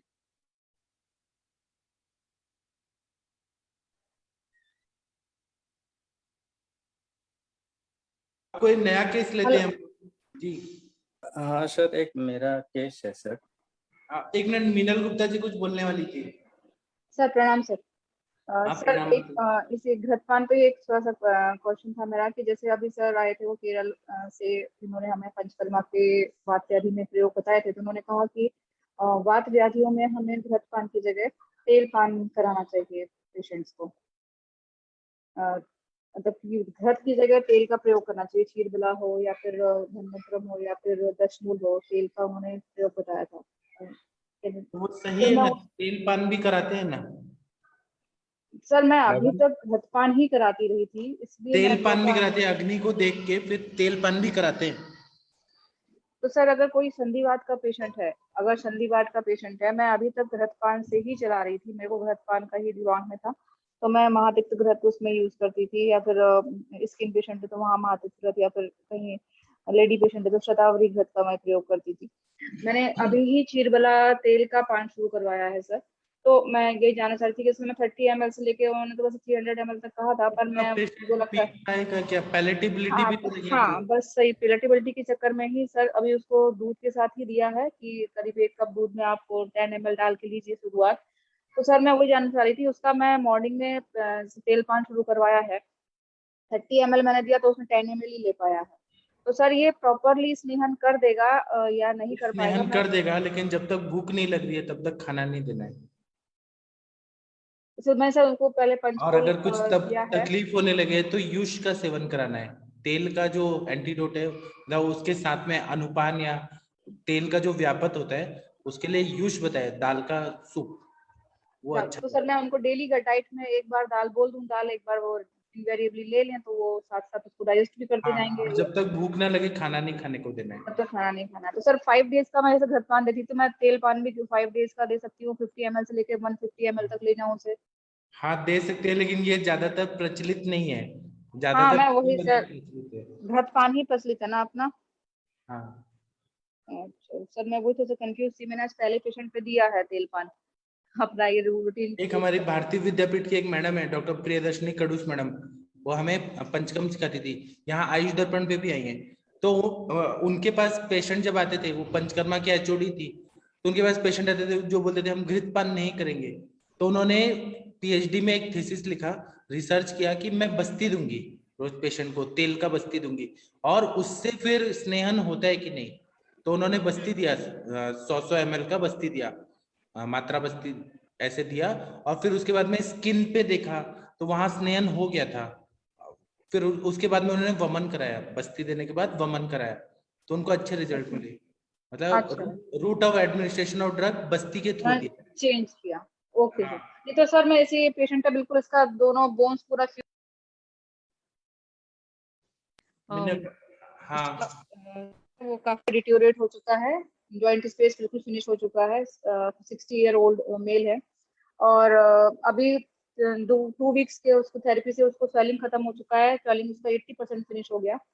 बट वो डिफॉर्मिटी है लेग में, जो मैं आपसे कई बार पहले भी बोइंग ऑफ लेग के बारे में बात कर चुकी हूँ कि बोइंग ऑफ लेग का बहुत ज्यादा कंप्लेंट आता है पेशेंट में। जो भी ऑस्टियो का लेटर ऑन पेशेंट आता है, यहाँ पर बोइंग ऑफ लेग बहुत ज्यादा मिलता है। तो मेरा अभी फर्स्ट हाफ में उसका वस्तियां हो चुकी हैं और अभी मैं उसका घृतपान अभी जो शुरू किया था, तो मैं घृतपान की जगह तेल पान शुरू किया है। बोइंग ऑफ लेग्स हो गए, वो जो एकदम डिफॉर्मिटी आ गई, वो तो सीधा करना बहुत मुश्किल है, लेकिन हाँ आगे सर, हम रोक सकते हैं बस्ती वगैरह देके। हाँ सर, बस्तियों का ही, और जैसे कि मैंने उनको चीरबला की बस्ती 7 बस्तियां ले ली चीरबला की, और मैंने उनको माथुजालिक बस्ती के फॉर्म में भी 3 और 4 बस्तियां लगा चुकी हूँ। बड़ी वाली बस्तियां जो नीरू बस्ती चलाती है वो भी मैं उनको दे चुकी हूँ। और अब मैंने उनको घृतपान शुरू करना था, तो मैंने उनका तेल पान शुरू किया है। I am on the right track या फिर मुझे घृतपान के राइट ट्रैक में है, तेल घृत वसा मज्जा, ये तो बोला ही है ग्रंथों में, लेकिन ये है कि पेशेंट को उल्टी नहीं आना चाहिए। अगर वो पेशेंट कंफर्टेबल है तो कोई प्रॉब्लम नहीं। और सर ये बोइंग ऑफ लेग के लिए से हमारे पहले भी डिस्कस हुआ है कि हम उसमें कुछ, एक तो आपने बताया था कि अजा मतलब किसी मास्क का प्रयोग करके उसका लेपन किया जाए अगर आयरन पत्र के साथ में, तो हम कुछ उसमें रिलीफ दे सकते हैं। रिलीफ मिल सकता है, बहुत ज्यादा स्नेहन करना पड़ेगा, अवगाहन करना पड़ेगा, परिषेक करना पड़ेगा। हाँ सर, मैं लोकल धारा मतलब हम कहते हैं इसको कि हमारे जैसे साउथ में मैंने सीखा था, पूरा करीब 1 लीटर ऑयल लेकर उसको पूरा लेग के ऊपर गुनगुना करके डालती हूँ, from knee to ankle joint तक सर जाता है उसका। तो वो मैं करा रही हूँ उनका, लगातार 2nd वीक में चल रहा है। और अब मेरा उनका नेक्स्ट स्टेप इस तेल पान के बाद में वो चलेगा सर कि इसके एरंड पत्र के साथ में, और ये अजा का मुझे कुछ मिलता है, अगर मांस रस मिलता है तो उसको लेपम के फॉर्म में यूज करूंगी सर। तो सर ये वाला जो स्नेहपान जो हुआ वो प्री पंचकर्मा वाला नहीं है, ये शमन वाला स्नेहपान इतना है 150 ml तक दे तक। ये ज्यादा मात्रा में दे रही है, पूर्व कर्म के रूप में कर रही है। मैम ये शमन नहीं था, वो पंचकर्मा के लिए बोल रहे थे सर, जब हमारी संडे में बात हुई थी सर ने एक्सप्लेन किया था। वो पंचकर्मा के लिए बोल रहे थे कि पूर्व पंचकर्म आप बात व्याधि में तेल पान कराइए अप टू उनका 30 ml से, और ईच डे इंक्रीज 30 ml, तो फिर देन उसके बाद विरेचन कराइए। हाँ, विरेचन लेना है मुझे इनका, क्योंकि मैंने कहा ना मैंने कुछ एसिडिटी की प्रॉब्लम शमन के लिए आपको डोज ऑलमोस्ट कम ही रखनी पड़ेगी, क्योंकि पेशेंट शमन के लिए मात्रा कम रखी जाती है। तो मैं शोधन के लिए करा रही हूँ, मैं मुझे विरेचन देना ना, बस्ती करा चुकी हूँ मैं उनकी, आते ही उनका पहले बस्ती देता, मुझे विरेचन लेना है उनका। और अब मेरे को जो नेक्स्ट स्टेप लेना है वो उसका अजा मास के साथ उसका लेपम का लेना है। लोकल धारा हो चुकी है उनके पास, वही सर से डिस्कस करी थी सर, और क्या कर सकती हैं, अगर बोइंग ऑफ लेग है तो उसमें और क्या कर सकते हैं। हाँ, बहुत अच्छा है मैम आपका ट्रीटमेंट। बोइंग ऑफ लेग बहुत परेशान करता है मैम, पेशेंट्स बहुत ज्यादा मतलब ज्यादातर आते वही मेरे पास 60-50 की एज में, जब तक कि वो ऑस्टियो और आर्थराइटिस होने के बाद में बिल्कुल बोन्स चिपक चुकी हैं, और उसके बाद में उनकी बोइंग ऑफ लेग स्टार्ट हो चुकी है, तो वो कहते हैं मैम बहुत ज्यादा पेन है, इसको सीधा कर, वहां पर कॉम्प्लिकेशन आती है। मैम एक्चुअल में क्या होता है ना, बोन तो हमारी वीक हो चुकी होती है ना, जब तक पेशेंट हमारे पास आता है वो बहुत जगह घूम घाम के, और तो हम स्ट्रेंथ तो देंगे, साथ में आप उसको स्ट्रेंथनिंग एक्सरसाइज जरूर रिकमेंड करें बाद में। जब आप एक ट्रीटमेंट दे देते हैं तो वेट बियरिंग एक्सरसाइज हम 1 kg का वेट बांध के मैं अपने पेशेंट को रिकमेंड करती हूँ, और पैर कुर्सी पे बैठ जाइए और ना अपने पैर लेवल पे उठा के और डीप ब्रीथ करके होल्ड करें, 10 काउंट से स्टार्ट करें, फिर ऐसे वो आइसोमेट्रिक एक्सरसाइज तो बोलती हैं बिल्कुल, डेफिनेटली वो बहुत हेल्प करती हैं। और जरूर पेशेंट को काउंसलिंग करें कि साल में या 2 साल में दोबारा से पंचकर्मा कराएं, नहीं तो वो फिर प्रॉब्लम बढ़ जाती है डेफिनेटली, क्योंकि एक बार कराने से नहीं होता कि हाँ हम सोचें कि ना life long that person will be fine and हमें, तो वो कहीं ना कहीं हमें उससे समझाना होगा कि आप अपने लाइफ स्टाइल को तो नहीं चेंज कर रहे, तो आपको अपने आप को इसमें प्रोसेस में जाना पड़ेगा, चाहे 2 साल बाद या 1 साल बाद, जैसे पेशेंट टू पेशेंट। तो वो हमें लाइफस्टाइल की मेन प्रॉब्लम है, लाइफस्टाइल की प्रॉब्लम ये इज अल्ट्रासाउंडोलॉजिस्ट, तो अल्ट्रासाउंड साउंड्स करने के लिए वो कंटिन्यूअसली 2 आवर्स की स्टैंडिंग है, फिर उसके बाद थोड़ा देर बैठ रहे हैं, फिर अगेन 2 आवर्स की स्टैंडिंग है, इस तरह से उनका प्रॉब्लम था। तो ऑस्टियो इसीलिए डेवलप हुआ, उनको चिकनगुनिया हुआ था, स्टार्टिंग उनका चिकनगुनिया हुआ था 2015 में, उन्होंने बताया मुझे चिकनगुनिया से स्टार्टिंग हुआ था उनका, और उसके बाद में उनको ऑस्टियो डेवलप हुआ है। हाँ मैम, और इसमें डाइट भी बहुत रोल प्ले करती है ना। तो जैसे हम कैल्शियम सप्लीमेंट तो ऊपर से देते ही हैं, बट जैसे तिल है आपका, मखाना है, और मेथी मेथी पाउडर है, और चौलाई है, ये बहुत गुड सोर्स हैं इनके कैल्शियम के, और ये नेचुरल है, बॉडी एब्जॉर्ब भी करती है। तो वो भी आप अपने उनकी डाइट में ना अल्टरनेट में कभी अलसी, कभी ये जैसे चेंज कर करके, और आप स्पेशली पालक को बहुत रिकमेंड करा करें कि पालक जरूर, पेशेंट यदि यूरिक एसिड की प्रॉब्लम नहीं है तो पालक जरूर खाए डे टाइम में, है ना, तो उससे काफी हेल्प होती है। तो डाइट का भी हमें पेशेंट को काउंसिल करना चाहिए। मैम जैसे वातवादे में आपने घृतपान बताया है, तो शतावरी घृत और ये पंचतिक्तक बताया, तो वातवादे में और भी कोई घृत दे सकते हैं अगर पान करवाएं? घृत हम डिपेंड करता है कि हम किस मतलब की प्रकृति क्या है पेशेंट का और डिजीज क्या है। जैसे कि पंचतिक्त मैं स्किन के लिए बहुत ज्यादा यूज करती हूँ, स्किन पेशेंट जहाँ होता है वहाँ पंचतिक्त घृत का इस्तेमाल बहुत करती हूँ। और जो लेडीज पेशेंट है जिसमें कोई गायनिक प्रॉब्लम भी इन्वॉल्व है अगर, तो वहाँ शतावरी घृत का पान कराती हूँ। और इसकी अगर किसी को कॉन्स्टिपेशन या फिर इस तरह की प्रॉब्लम साथ में चल रही है जो कि जीआईटी से संबंधित है, वहाँ त्रिफला घृत का भी प्रयोग करती हूँ। तो वो अकॉर्डिंग टू अंडरलाइन डिजीज जो और डिजीज भी हैं उनके अकॉर्डिंग भी घृत यूज करते हैं। पर पंचतिक्त घृत मेरा डेफिनेटली काफी फेवरेट है, वो मैं ज्यादा यूज करती हूँ। जी, और वात से संबंधित नहीं होता है ना? हाँ। तो जैसे मतलब जो वात से संबंधित, जैसे अपने को वात शमन करना है तो उस हिसाब से कोई ऐसे स्पेशल ग्रुप नहीं है तो जैसे हम करवा सकते हैं। जैसे त्रिफला कॉन्स्टिपेशन के लिए हो गया, पंचतिक्त पर पित्त कहाँ बढ़ा हुआ है तो पंचतिक्त सिलेक्ट करेंगे। और आपने जैसे बताया कि अगर गायनेक प्रॉब्लम्स है एसोसिएटेड या फिर कोई लेडीज है तो उसको गायनेक प्रॉब्लम कहीं ना कहीं का वीकनेस अगर रहता है तो शतावरी ग्रुप यूज करते हैं। बट जैसे वात के लिए गुग्गुल तिक्तकम घृतम, गुग्गुल तिक्तकम घृतम भी मैं प्रयोग करती हूँ। गुग्गुल तिक्तकम घृतम वायु के लिए भी बहुत काम करता है। Okay ma'am, thank you. गुग्गुल तिक्तकम घृतम का भी मैं प्रयोग करती हूँ जो कि वायु की डिजीज में मैं यूज करती हूँ। हाँ, जो स्पेशली अगर मैम अच्छा काम है इसको गुग्गुल तिक्तकम है। है जी, वात्रक में अच्छा काम है ना मैम गुग्गुल तिक्तकम का? गुग्गुल तिक्तकम का है मैम, संधिवात में भी आता है, संधिवात में भी अच्छा इफेक्ट देता है गुग्गुल तिक्तकम घृतम। मीनल बॉस प्रणाम। प्रणाम मिश्रा जी। मीनल बॉस एक चीज मुझे बोलनी थी। बोलिए। ये जो अभी इंडिकेशन कर रहे हैं हम लोग वात व्याधि में तेल का, हाँ। स्नेहन के लिए, तो जो हमारा एक श्लोक है वो शरीरजानाम दोषाणाम क्रमेण परमौषधम बस्तिर्विरेको वमनम तथा तैलम घृतम मधु। शारीरिक दोषों की क्रम से परम औषधियां, शोधन औषधियां हैं बस्ति विरेचन वमन, और शमन औषधियां हैं तेल घृत और मधु। लेकिन हमारा यहाँ पे स्नेहन कराने का रोल ये है कि हम दोषों को शाखाओं से कोष्ठ में लाने वाले हैं, इसके लिए हमको स्नेहन कराना है। तो हमने दोषों को शमन तो करना नहीं है, वहां पे हमने तो उनको बाहर निकालना है। तो बाहर निकालने के लिए हमको दोषों को पहले तो स्नेहन करके, जो हमारा स्नेहन का इंडिकेशन होता है कि उनको पहले जैसे दूध दही से हम मक्खन निकालने के लिए मथते हैं, उस तरीके से हम उसको वहां पे मथ रहे हैं, दोष को एक जगह इकट्ठा कर रहे हैं।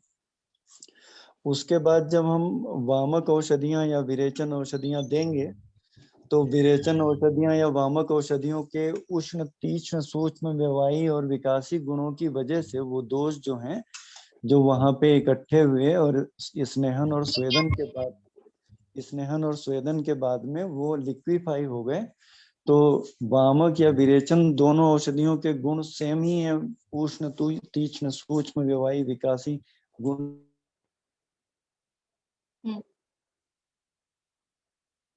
आपकी वॉइस चली गई है, उनको इजीली शोधन कर देते हैं।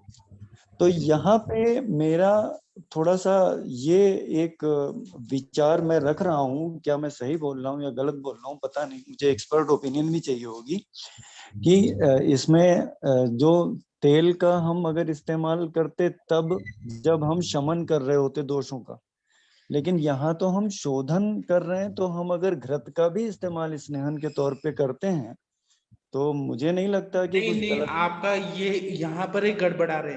जब हम तेल का बस्ती देते हैं, अनुवासन बस्ती, तो वो क्या शमन ही रहता है क्या, शोधन नहीं करता क्या? नहीं, तेल का सर अनुवासन बस्ती जब हम देते हैं तो बस्ती चिकित्सा तो प्रधान कर्म हो गया ना। वो ठीक है, तो वो शोधन नहीं करता है क्या, केवल शमन ही करता है क्या? नहीं, वहां पे शोधन भी करेगा, वहां पे हम तो वात फिर व्याधि। यहाँ जो ऊपर मुंह से ले रहे हैं, वो क्यों आप केवल आपके मन में है कि वो शमन ही करेगा, शोधन नहीं करेगा? वो मतलब दोषों को शाखा से कोष्ठ में नहीं लाएगा। पूर्व कर्म का जो सर हमारा वो पूर्व कर्म का जो हमारा मोटो है, केवल घृत ही करेगा ऐसा कैसे?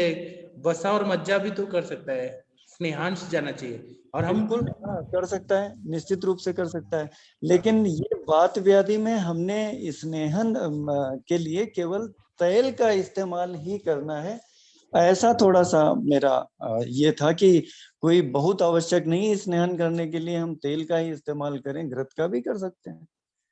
इसके ऊपर आपका थोड़ा तो सा प्रॉब्लम क्या है? करते हैं ना, हम लोग घृत का भी बस्ती देते हैं ना। पेशेंट ले नहीं पा रहा ना उसमें सर प्रॉपर। अभी स्टार्ट किया है, देखती हूँ। मैंने बताया ना, मैंने पहला पेशेंट तो तेल पान से स्टार्ट किया है। मैंने अभी तक लगातार घृत पान से ही सारे स्नेहन कराए हैं आज तक। अच्छा, और इस के बाद में दूसरी चीज एक और भी, स्नेहन के समय हमने कोष्ठ परीक्षा करनी है। कोष्ठ परीक्षा मृदु कोष्ठ, मध्यम कोष्ठ, क्रूर कोष्ठ की करने के बाद में हम लोग ये देखते हैं कि मृदु कोष्ठ वाले की जो स्नेहन हो जाता है वो 3 दिन में, मध्यम कोष्ठ वाले का 5 दिन में और क्रूर कोष्ठ वाले का 7 दिन में होता है। तो उसमें इंडिकेशन किया गया है कि 30 ml से स्टार्ट करके 30 ml रोज बढ़ाते रहना है। और सम्यक स्नेहन के जो लक्षण आ जाएं जिस दिन, जरूरी नहीं कि जो बताया गया है उतने ही दिन में आए, उससे पहले भी आ सकते हैं, उससे बाद भी आ सकते हैं। तो सम्यक स्नेहन के जो लक्षण होते हैं, हल्कापन आ जाता है। ये केवल स्नेहन ही नहीं करा रही है, स्वेदन भी तो दे रही होगी। हाँ, हाँ, सर्वांग श्वेत तो चल ही रहा है। सर्वांग तो आएगा ना, शाखा से कोष्ठ में आएगा ना दोष। प्रॉब्लम क्या है? बस ये रहता है कि पैलेटेबिलिटी का रहता है, सब लोग तेल नहीं पी सकते, ये बात। स्वेदन तो मैम, मीनल मैम, आप स्नेहन के बाद कराएंगी या साथ ही साथ करा रही हैं? नहीं मिश्रा जी, साथ में चलता है। बेसिकली जो पंचकर्मा के पेशेंट आता है तो उसको जब हम 1 आवर की सिटिंग देते हैं तो उस टाइम सर्वांग अभ्यंग और सर्वांग स्वेद साथ में चलता है। अच्छा, जब हम शोधन का प्रधान कर्म कर रहे हैं उस समय की बात है ये? उस समय भी चलता है।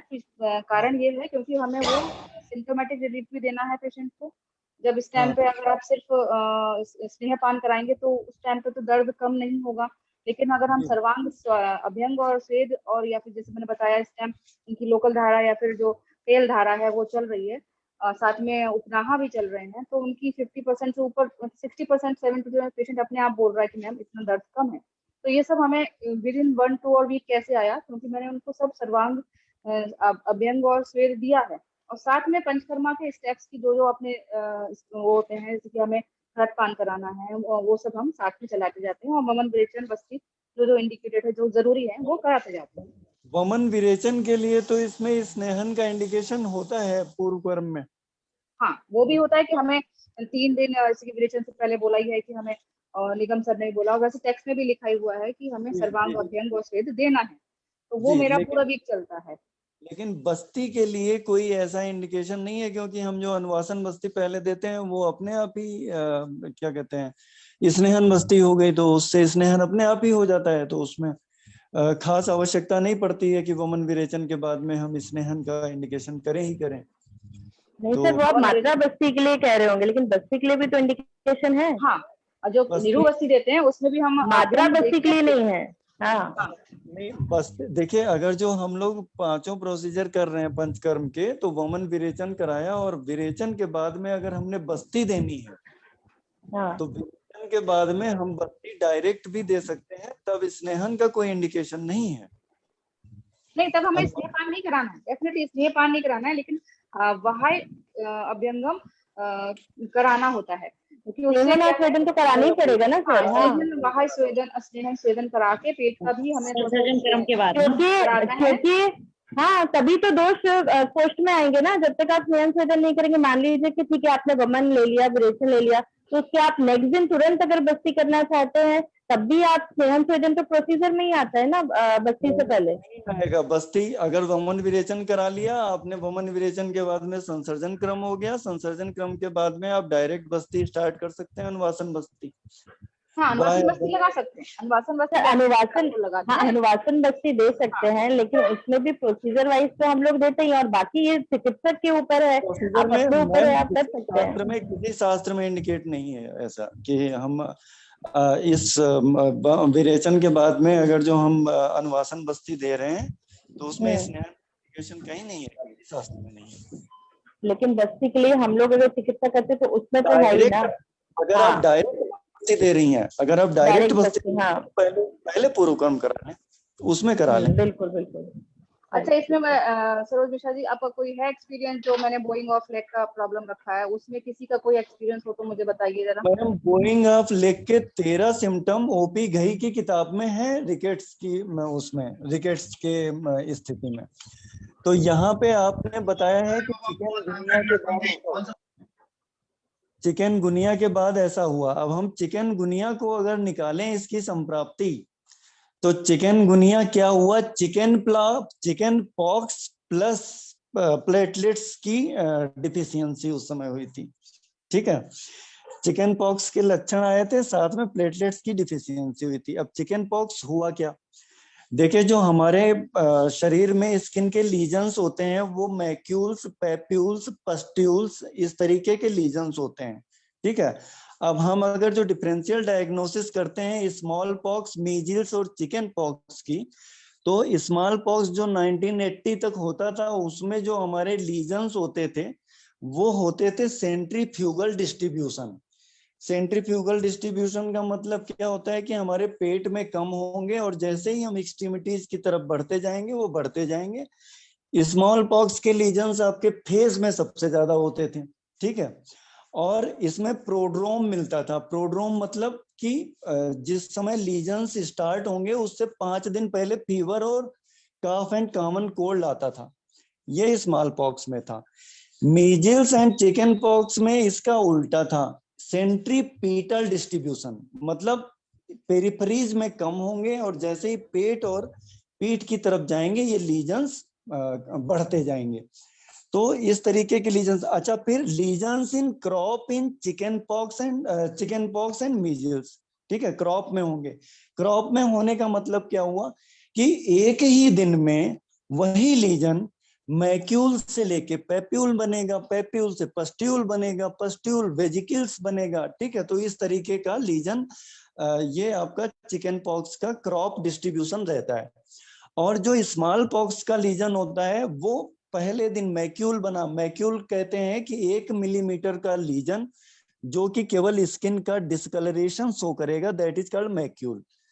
पैप्यूल क्या होता है, पस्ट्यूल क्या होता है? पैप्यूल मतलब थोड़ा सा वही लीजन, 1 मिलीमीटर वाला लीजन जो पहले दिन आपका स्किन का डिस्कलरेशन हुआ, अगले दिन थोड़ी सी उसमें स्वेलिंग आ जाएगी, दैट इज कॉल्ड पैप्यूल।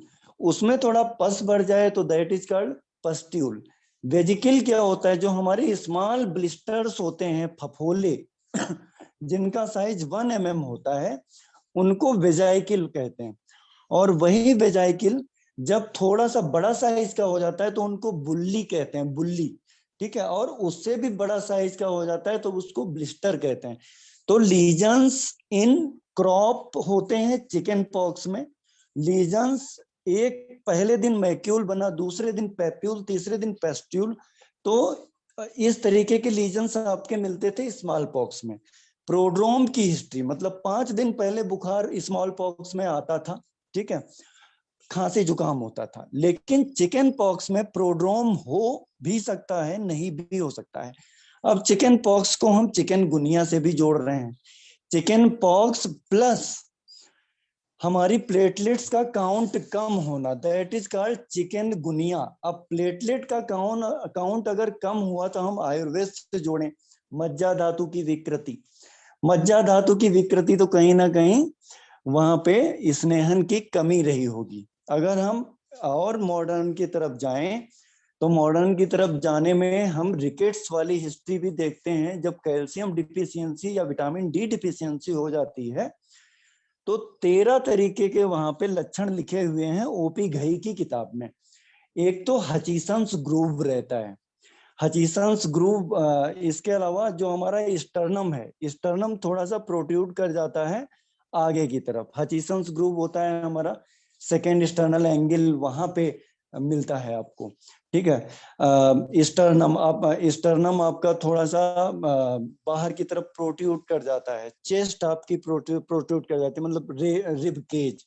इसके अलावा coxa vara and coxa valga दोनों मिल सकते हैं। कॉक्सा वीरा और वेल्गा में जो आपके हमारे दोनों लेग्स हैं वो अंदर की तरफ और बाहर की तरफ इस तरीके से उनका बोइंग हो जाती है धनुष की तरीके मेनली से। शायद यही सिम्टम आया है को जो जेन्युवेरम की कंडीशन अब आई है उनके अंदर, ये डेवलपमेंट उसी कंडीशन से, हमें कैल्शियम डेफिशिएंसी आप जैसे बोल रहे हो ना, उस टाइम पे कैल्शियम डेफिशिएंसी वाली कोई प्रॉब्लम क्रिएट हुई है और वहां पर ऑस्टियोआर्थराइटिस से पहले नहीं था, और फिर उसको जो संप्राप्ति मिली वात वृद्धि से लगातार जो स्टैंडिंग है, या फिर डाइट उनका बहुत खराब था, बताया उन्होंने सुबह 10 से लेकर रात के 8 बजे तक बीच में कुछ नहीं खाना, 6 बजे तक, और उसके बाद में सीधे एक संग डिनर करना, तो वात वृद्धि हुई, उधर कैल्शियम डेफिशिएंसी हुई, इधर ये चिकनगुनिया का जो इफेक्ट आया उसके कारण इनकी मज्जा धातु विकृति आप बता रहे हैं, तो इन सब का कंबाइंड इफेक्ट मिला जुला असर है। अच्छा, फिर ओल्ड एज में वैसे भी कैल्शियम डिफिशियंसी जनरली बोन्स में हो ही जाया करती है। और एक बहुत इम्पोर्टेंट पॉइंट ये रहता है कि हम लोग कैल्शियम दे तो देते हैं, बट कैल्शियम के इंटेस्टाइन से एब्जॉर्प्शन के लिए विटामिन डी का बहुत बड़ा रोल है। Without vitamin D calcium will not be absorb by the intestine, ठीक है। तो कैल्शियम का एब्जॉर्प्शन के लिए हमको जो इनके लिए काम करना होता है वो क्या करना होता है कि इनको थोड़ा सा सनलाइट वगैरह है ना, उसमें जैसे हम स्नेहन और स्वेदन कर रहे हैं तो थोड़ा सनलाइट की प्रेजेंस इनका स्नेहन स्वेदन करें, तो ताकि इनका कैल्शियम का एब्जॉर्प्शन इंटेस्टाइन के द्वारा हो सके। अच्छा, मज्जा धातु पे हम लोग काम करने के लिए जो अस्थि और मज्जा पाचक चिकित्सा का विधान करते हैं, गुडुची या अमलकी और मुस्ता नागर मोठा, वो अस्थि और मज्जा पाचक दोनों का ही काम करता है। तो हम लोग बस्ती में उसके क्वाथ का भी इंडिकेशन कर सकते हैं, इसके अलावा खाने में भी उसका इस्तेमाल करवा सकते हैं। अगर जो अच्छा जो वातज यहाँ पर आप ले रहे हैं, मैं इसी में आपसे बोलना चाहूंगी, जैसे कि अभी हम माधुचालिक बस्ती पे थे, एरंडमूल या फिर दशमूल की बस्तियां दी है मैंने उनको, तो यहाँ पर मैं अब उनकी बस्तियों की वैरायटी इस तरह से चेंज कर सकती हूँ कि उसमें गुरुची अमलकी और नागरमोथा का क्वाथ लेकर और उसके साथ में अपना जो घृत या तेल अपना अप्लाई करके और वो उसको एज अ नीरुवस्ती प्रयोग कर सकते हैं। तो हम मज्जा पे अब इसके अभी तक हो गया नीरुवस्ती का एक आध दो एपिसोड जो हो चुके हैं, उसके बाद में जो और बस्तियां लूं उसमें हम मज्जा धातु के ऊपर इंडिकेट कंसंट्रेट करते हुए दशमूल में ही ये 3 चीजें ऐड कर दीजिए तो ये दोनों बहुत अच्छा काम कर जाएगा, है ना। गुरुची अमलकी और नागरमोथा है ना, ये ऐड करके अमलकी मुस्ता का ऐड कर दीजिए, तो ये बस्ती में भी ऐड कर दीजिए और इसके खाने में भी औषधि उसमें, ये बर्तन कौन बजा रहा भाई, इसके खाने में भी क्या कहते हैं, खाने में भी उसको गुडुची अमलकी और मुस्ता का योग इसको चला दिया जाए साथ ही साथ वेदन के साथ में। और इसमें चिकन गुनिया में कहते ही हैं कि भाई चिकन गुनिया लोगों का ठीक हो जाता है, लेकिन बोन का पेन छोड़ जाता है। वो बोन का पेन इसलिए छूटता है क्योंकि वो कहीं ना कहीं बोन मैरो इसमें इन्वॉल्व हो रहा है, क्योंकि प्लेटलेट्स भी तो कम हो रही थी इसमें चिकन गुनिया में, है ना।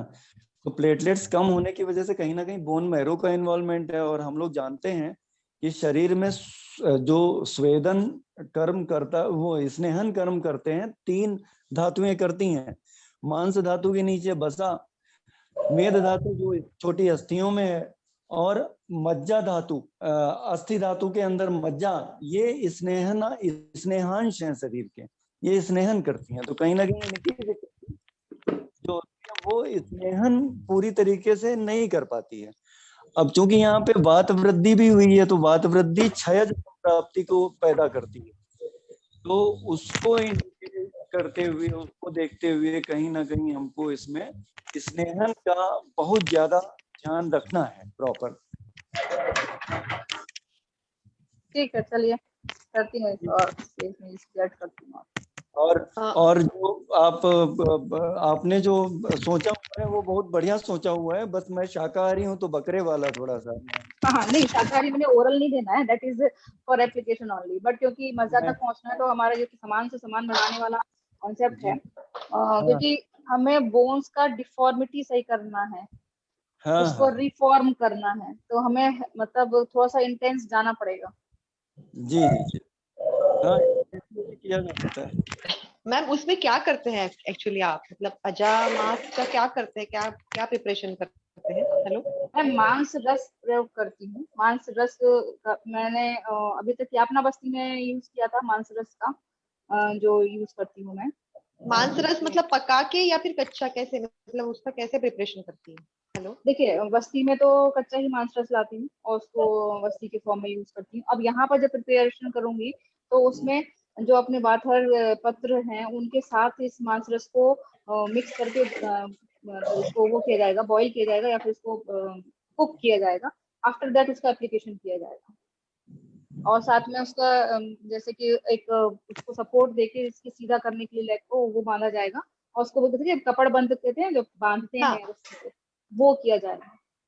ऐसे बांध के रखेंगे पट्टी से पूरा, पट्टे बंधन जैसे बोलते हैं वैसे। हाँ, कपड़ बंद करते हैं, वो चीज ओके। और वो जो तेल धारा जो बोला था आपने, जानु संधि से लेके पूरा अपने एंकल जॉइंट तक के, तो उसमें क्या करना है, मतलब पाव से सिटिंग पोजीशन में रखने के बाद सिटिंग पोस्चर में कराती हूँ, सिटिंग पोस्चर में कराती हूँ क्योंकि बस वही वाली बात है, ऑयल्स बहुत कॉस्टली आता है। अगर मैं इसको फिर पूरा लेटा के कराती हूँ तो मेरा कम से कम 4 to 5 लीटर ऑयल जाता है एक बार में। अगर मैं इसको सिटिंग पोस्चर में कर लेती हूँ तो मेरा 1 लीटर के अंदर काम हो जाता है, 1 to 2 लीटर में लग जाते हैं एक वीक के अंदर। हाँ, तो जहाँ पे अस्थि धातु का क्षय है वहां पे ही आप ये सब कराती है ना? हाँ, संधियों से लेके मतलब संधि हमारा इसमें इन्वॉल्व होता है, कोई भी संधि है हमारा लेना है, जानु संधि पे मैक्सिमम आता है, तो जानु संधि से लेकर एंकल तक पूरा तेल गिराया जाता है, कंटिन्यूसली हाफ एन आवर तक प्रोसीजर होता है वो। और उसके बाद मतलब पूरा उसमें बहुत अच्छा एब्जॉर्प्शन भी होता है और अकॉर्डिंग टू डिजीज उसमें ऑयल्स यूज करती हूँ, कभी कोई क्वाथ यूज करती हूँ। अगर स्वेलिंग कम करनी है तो चिंचा है, मकोई है, उनके क्वाथ भी प्रयोग करती हूँ स्टार्टिंग में, फिर ऑयल्स पे आती हूँ। उसके बाद में क्वाथ में कफग्न क्वाथ यूज करती है आप स्वेलिंग कम करवाने के लिए, या फिर और कुछ अलग? हाँ, चिंचा मैंने प्रयोग करा है बहुत, चिंचा का बहुत अच्छा इफेक्ट आता है। चिंचा है, मकोई स्वरस है, मेरे आसपास जो भी लीव मिलती हैं मुझे जिसके अकॉर्डिंग डिजीज के अकॉर्डिंग उनका क्वाथ बनवा के उससे करवाती हूँ परिचय। चिंचा स्वरस का बना, चिंचा का स्वरस तो हाँ उसका क्वाथ बनाती है ना? हाँ, क्वाथ या ओके मैम। और थोड़ा सा और एक डाउट था मैम, जैसे आपने बताया वमन कराते समय अपन तो 5 दिन तक के पंचतिक्ता घृत अगर पिलाते हैं, फिर जिस दिन अपन आभ्यंतर स्नेह बंद करवाते हैं उस दिन से फिर बाह्य स्वेदन और स्नेहन और स्वेदन चालू करते हैं। ऐसा मेरा कंसेप्ट था और ऐसे ही मैं करती थी। तो जैसे वमन करवाना है तो पूरा दोनों भी आभ्यंतर और बाह्य स्नेहन स्वेदन चालू रखना है, ऐसा बोल रहे हैं ना आप? हाँ, आप ऐसा देखिए मैं करते तो मेरा बेसिकली मैंने बताया ना, उस 5 डेज भी पेशेंट को रिलीफ देना है तो हमें वो चीज साथ में रखनी पड़ती है, क्योंकि एक्सटर्नल इसके अगर पेन है तो डेफिनेटली आप अभ्यंगम करेंगे तो वो उसका डेफिनेटली इफेक्ट पड़ता ही पड़ता है। ठीक है, तो इसलिए वो पेशेंट मेंटली भी रहता है कि हाँ ट्रीटमेंट चल रहा है, उसका इफेक्ट भी आ रहा है, तो वो स्नेहपान साथ में चलता रहता है और वह अभ्यंगम और स्वेदन भी चलता है, स्पेशली फॉर वात व्याधि। वात व्याधि और जैसे कि नहीं मैं उसमें कुष्ठ में भी लेती हूँ, कुष्ठ में अकॉर्डिंग टू कुष्ठ मुझे अलग ऑयल लेना पड़ता है। हाँ, तो उसमें भी आप आभ्यंतर और बाह्य दोनों भी स्नेहन और स्वेदन करवाती है? स्वेदन नहीं होता, कुष्ठ में स्वेदन नहीं। हाँ ओके, हाँ स्नेहन रहता, सॉरी ठीक है, ओके थैंक यू मैम। अगर बात शुरू में थोड़ा सा ये दशमूल द्रव्य का यदि वाष्प स्वेदन किया जाए मैम, तो उसमें कितना पानी? जी नहीं, दशमूल सूखा द्रव्य और पानी में डाल के जो वाष्प स्वेदन किया जाता है प्रेशर कुकर वगैरह या फिर जो यंत्र के सहारे, नाड़ी यंत्र जी तो उसमें कितना अनुपात रहना चाहिए मैम, पानी का और दशमूल द्रव्य का? देखिए मैं प्रैक्टिकल बता रही हूँ अपना, मेरे को टेक्स्ट में ज्यादा नहीं पता, लेकिन मैं अपना प्रेशर कुकर यूज करती हूँ, मैं प्रेशर कुकर से ही देती हूँ। अब तो नाड़ी सहित के बहुत अच्छे अच्छे यंत्र आ गए हैं।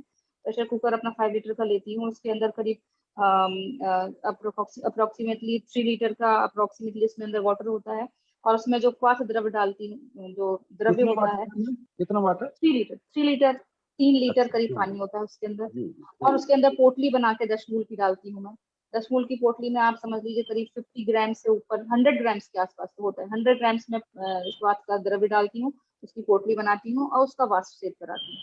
कभी भी ओपन फॉर्म में नहीं डालना है, अदरवाइज वो प्रेशर कुकर को बस्ट कर देगा। अच्छा अच्छा। पोटली बना के ही वाष्पशेद के लिए आप डालें उसके अंदर। Thanks ma'am. मीनल मैम, आपने अपने सेशन में विष की चिकित्सा यूज नहीं की थी? हाँ क्या मैम? विष की ट्रीटमेंट नहीं दी है? क्योंकि दंश की हिस्ट्री है तो आपको एक विष चिकित्सा भी देनी चाहिए, तो उससे अच्छा रिजल्ट मिलेगा आपको। अच्छा, वो चिकनगुनिया वाला पेशेंट के लिए बोल रही है मैम, है ना? हाँ, तो बिल्कुल जब बिल्कुल। आप डिस्कस हुआ था एक चंपकादि अदक के अगत की, इसमें मैं एप्लीकेशन इंडिकेशन है ना, वही कह रही हैं आप? हाँ मतलब हाँ, दीजिए।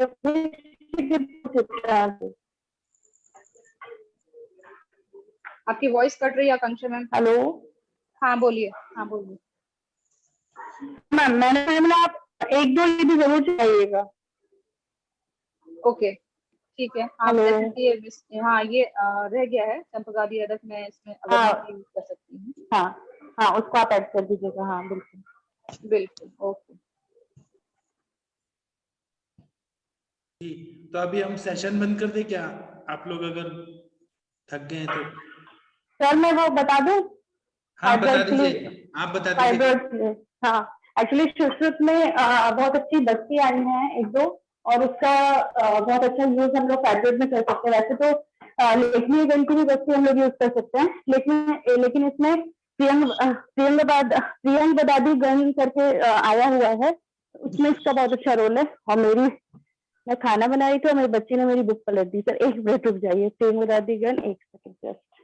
अच्छा, आप खाना भी बना दिए और पढ़ भी रही हाँ हैं?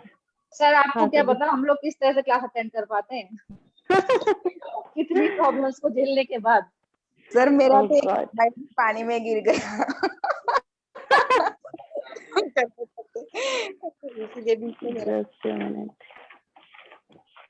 अभी मैंने निकाल के रखा था, मैं के पूरे कंटेंट्स के साथ बता दूंगी। और ये मेरे बच्चे हैं ना। सर मैम व्हाट्सअप करेंगे तो मैम थोड़ा व्हाट्सअप करेंगे तो ज्यादा बेटर जाएगा। आई थिंक सभी लेडीज खाना भी बना रही है और सेशन भी अटेंड कर रही है, तो हम भी लिख नहीं पाएंगे। अच्छा चलिए ठीक है, फिर मैं व्हाट्सअप करती हूँ, चलेगा? हाँ मैम, थैंक यू। ओके, मैं ग्रुप में व्हाट्सअप कर देती हूँ। क्वेश्चन और भी आप जरा। हाँ, लेकिन सब लोग एटलीस्ट इसका रेफरेंस जरूर देख लीजिएगा। प्रियंग बदादी सुश्रुत का गण है इसमें, जो मैं रफली बता देती हूँ, क्योंकि अगर रह जाए तो इसमें जो मेन कंटेंट है ना, जैसे श्लोक में भी आया है, प्रियंगु मधुकम मुस्ता तदैव रसांजनम श्रीराम शश्यते बस्ती दोषाणाम शमनम परम। तो बस्ती दोषों के लिए उसका बहुत अच्छा योग है। और उसमें प्रियंगु, मुलेठी, मुस्ता, रसांजन दूध में मिलाकर, मतलब शीतपाक करके बना के आप उसमें दूर्वा घृत और साथ में यष्टि मधु घृत, इसको डाल के बिना स्नेहन स्वेदन दिए इंस्टेंट जैसे मात्रा बस्ती दी जाती है, वैसे उसकी 100 ml तक की या 50 to 100 ml तक की मात्रा, 50 ml इज सफिशिएंट, ऑल्सो 50 से 100 आप दे सकते हैं।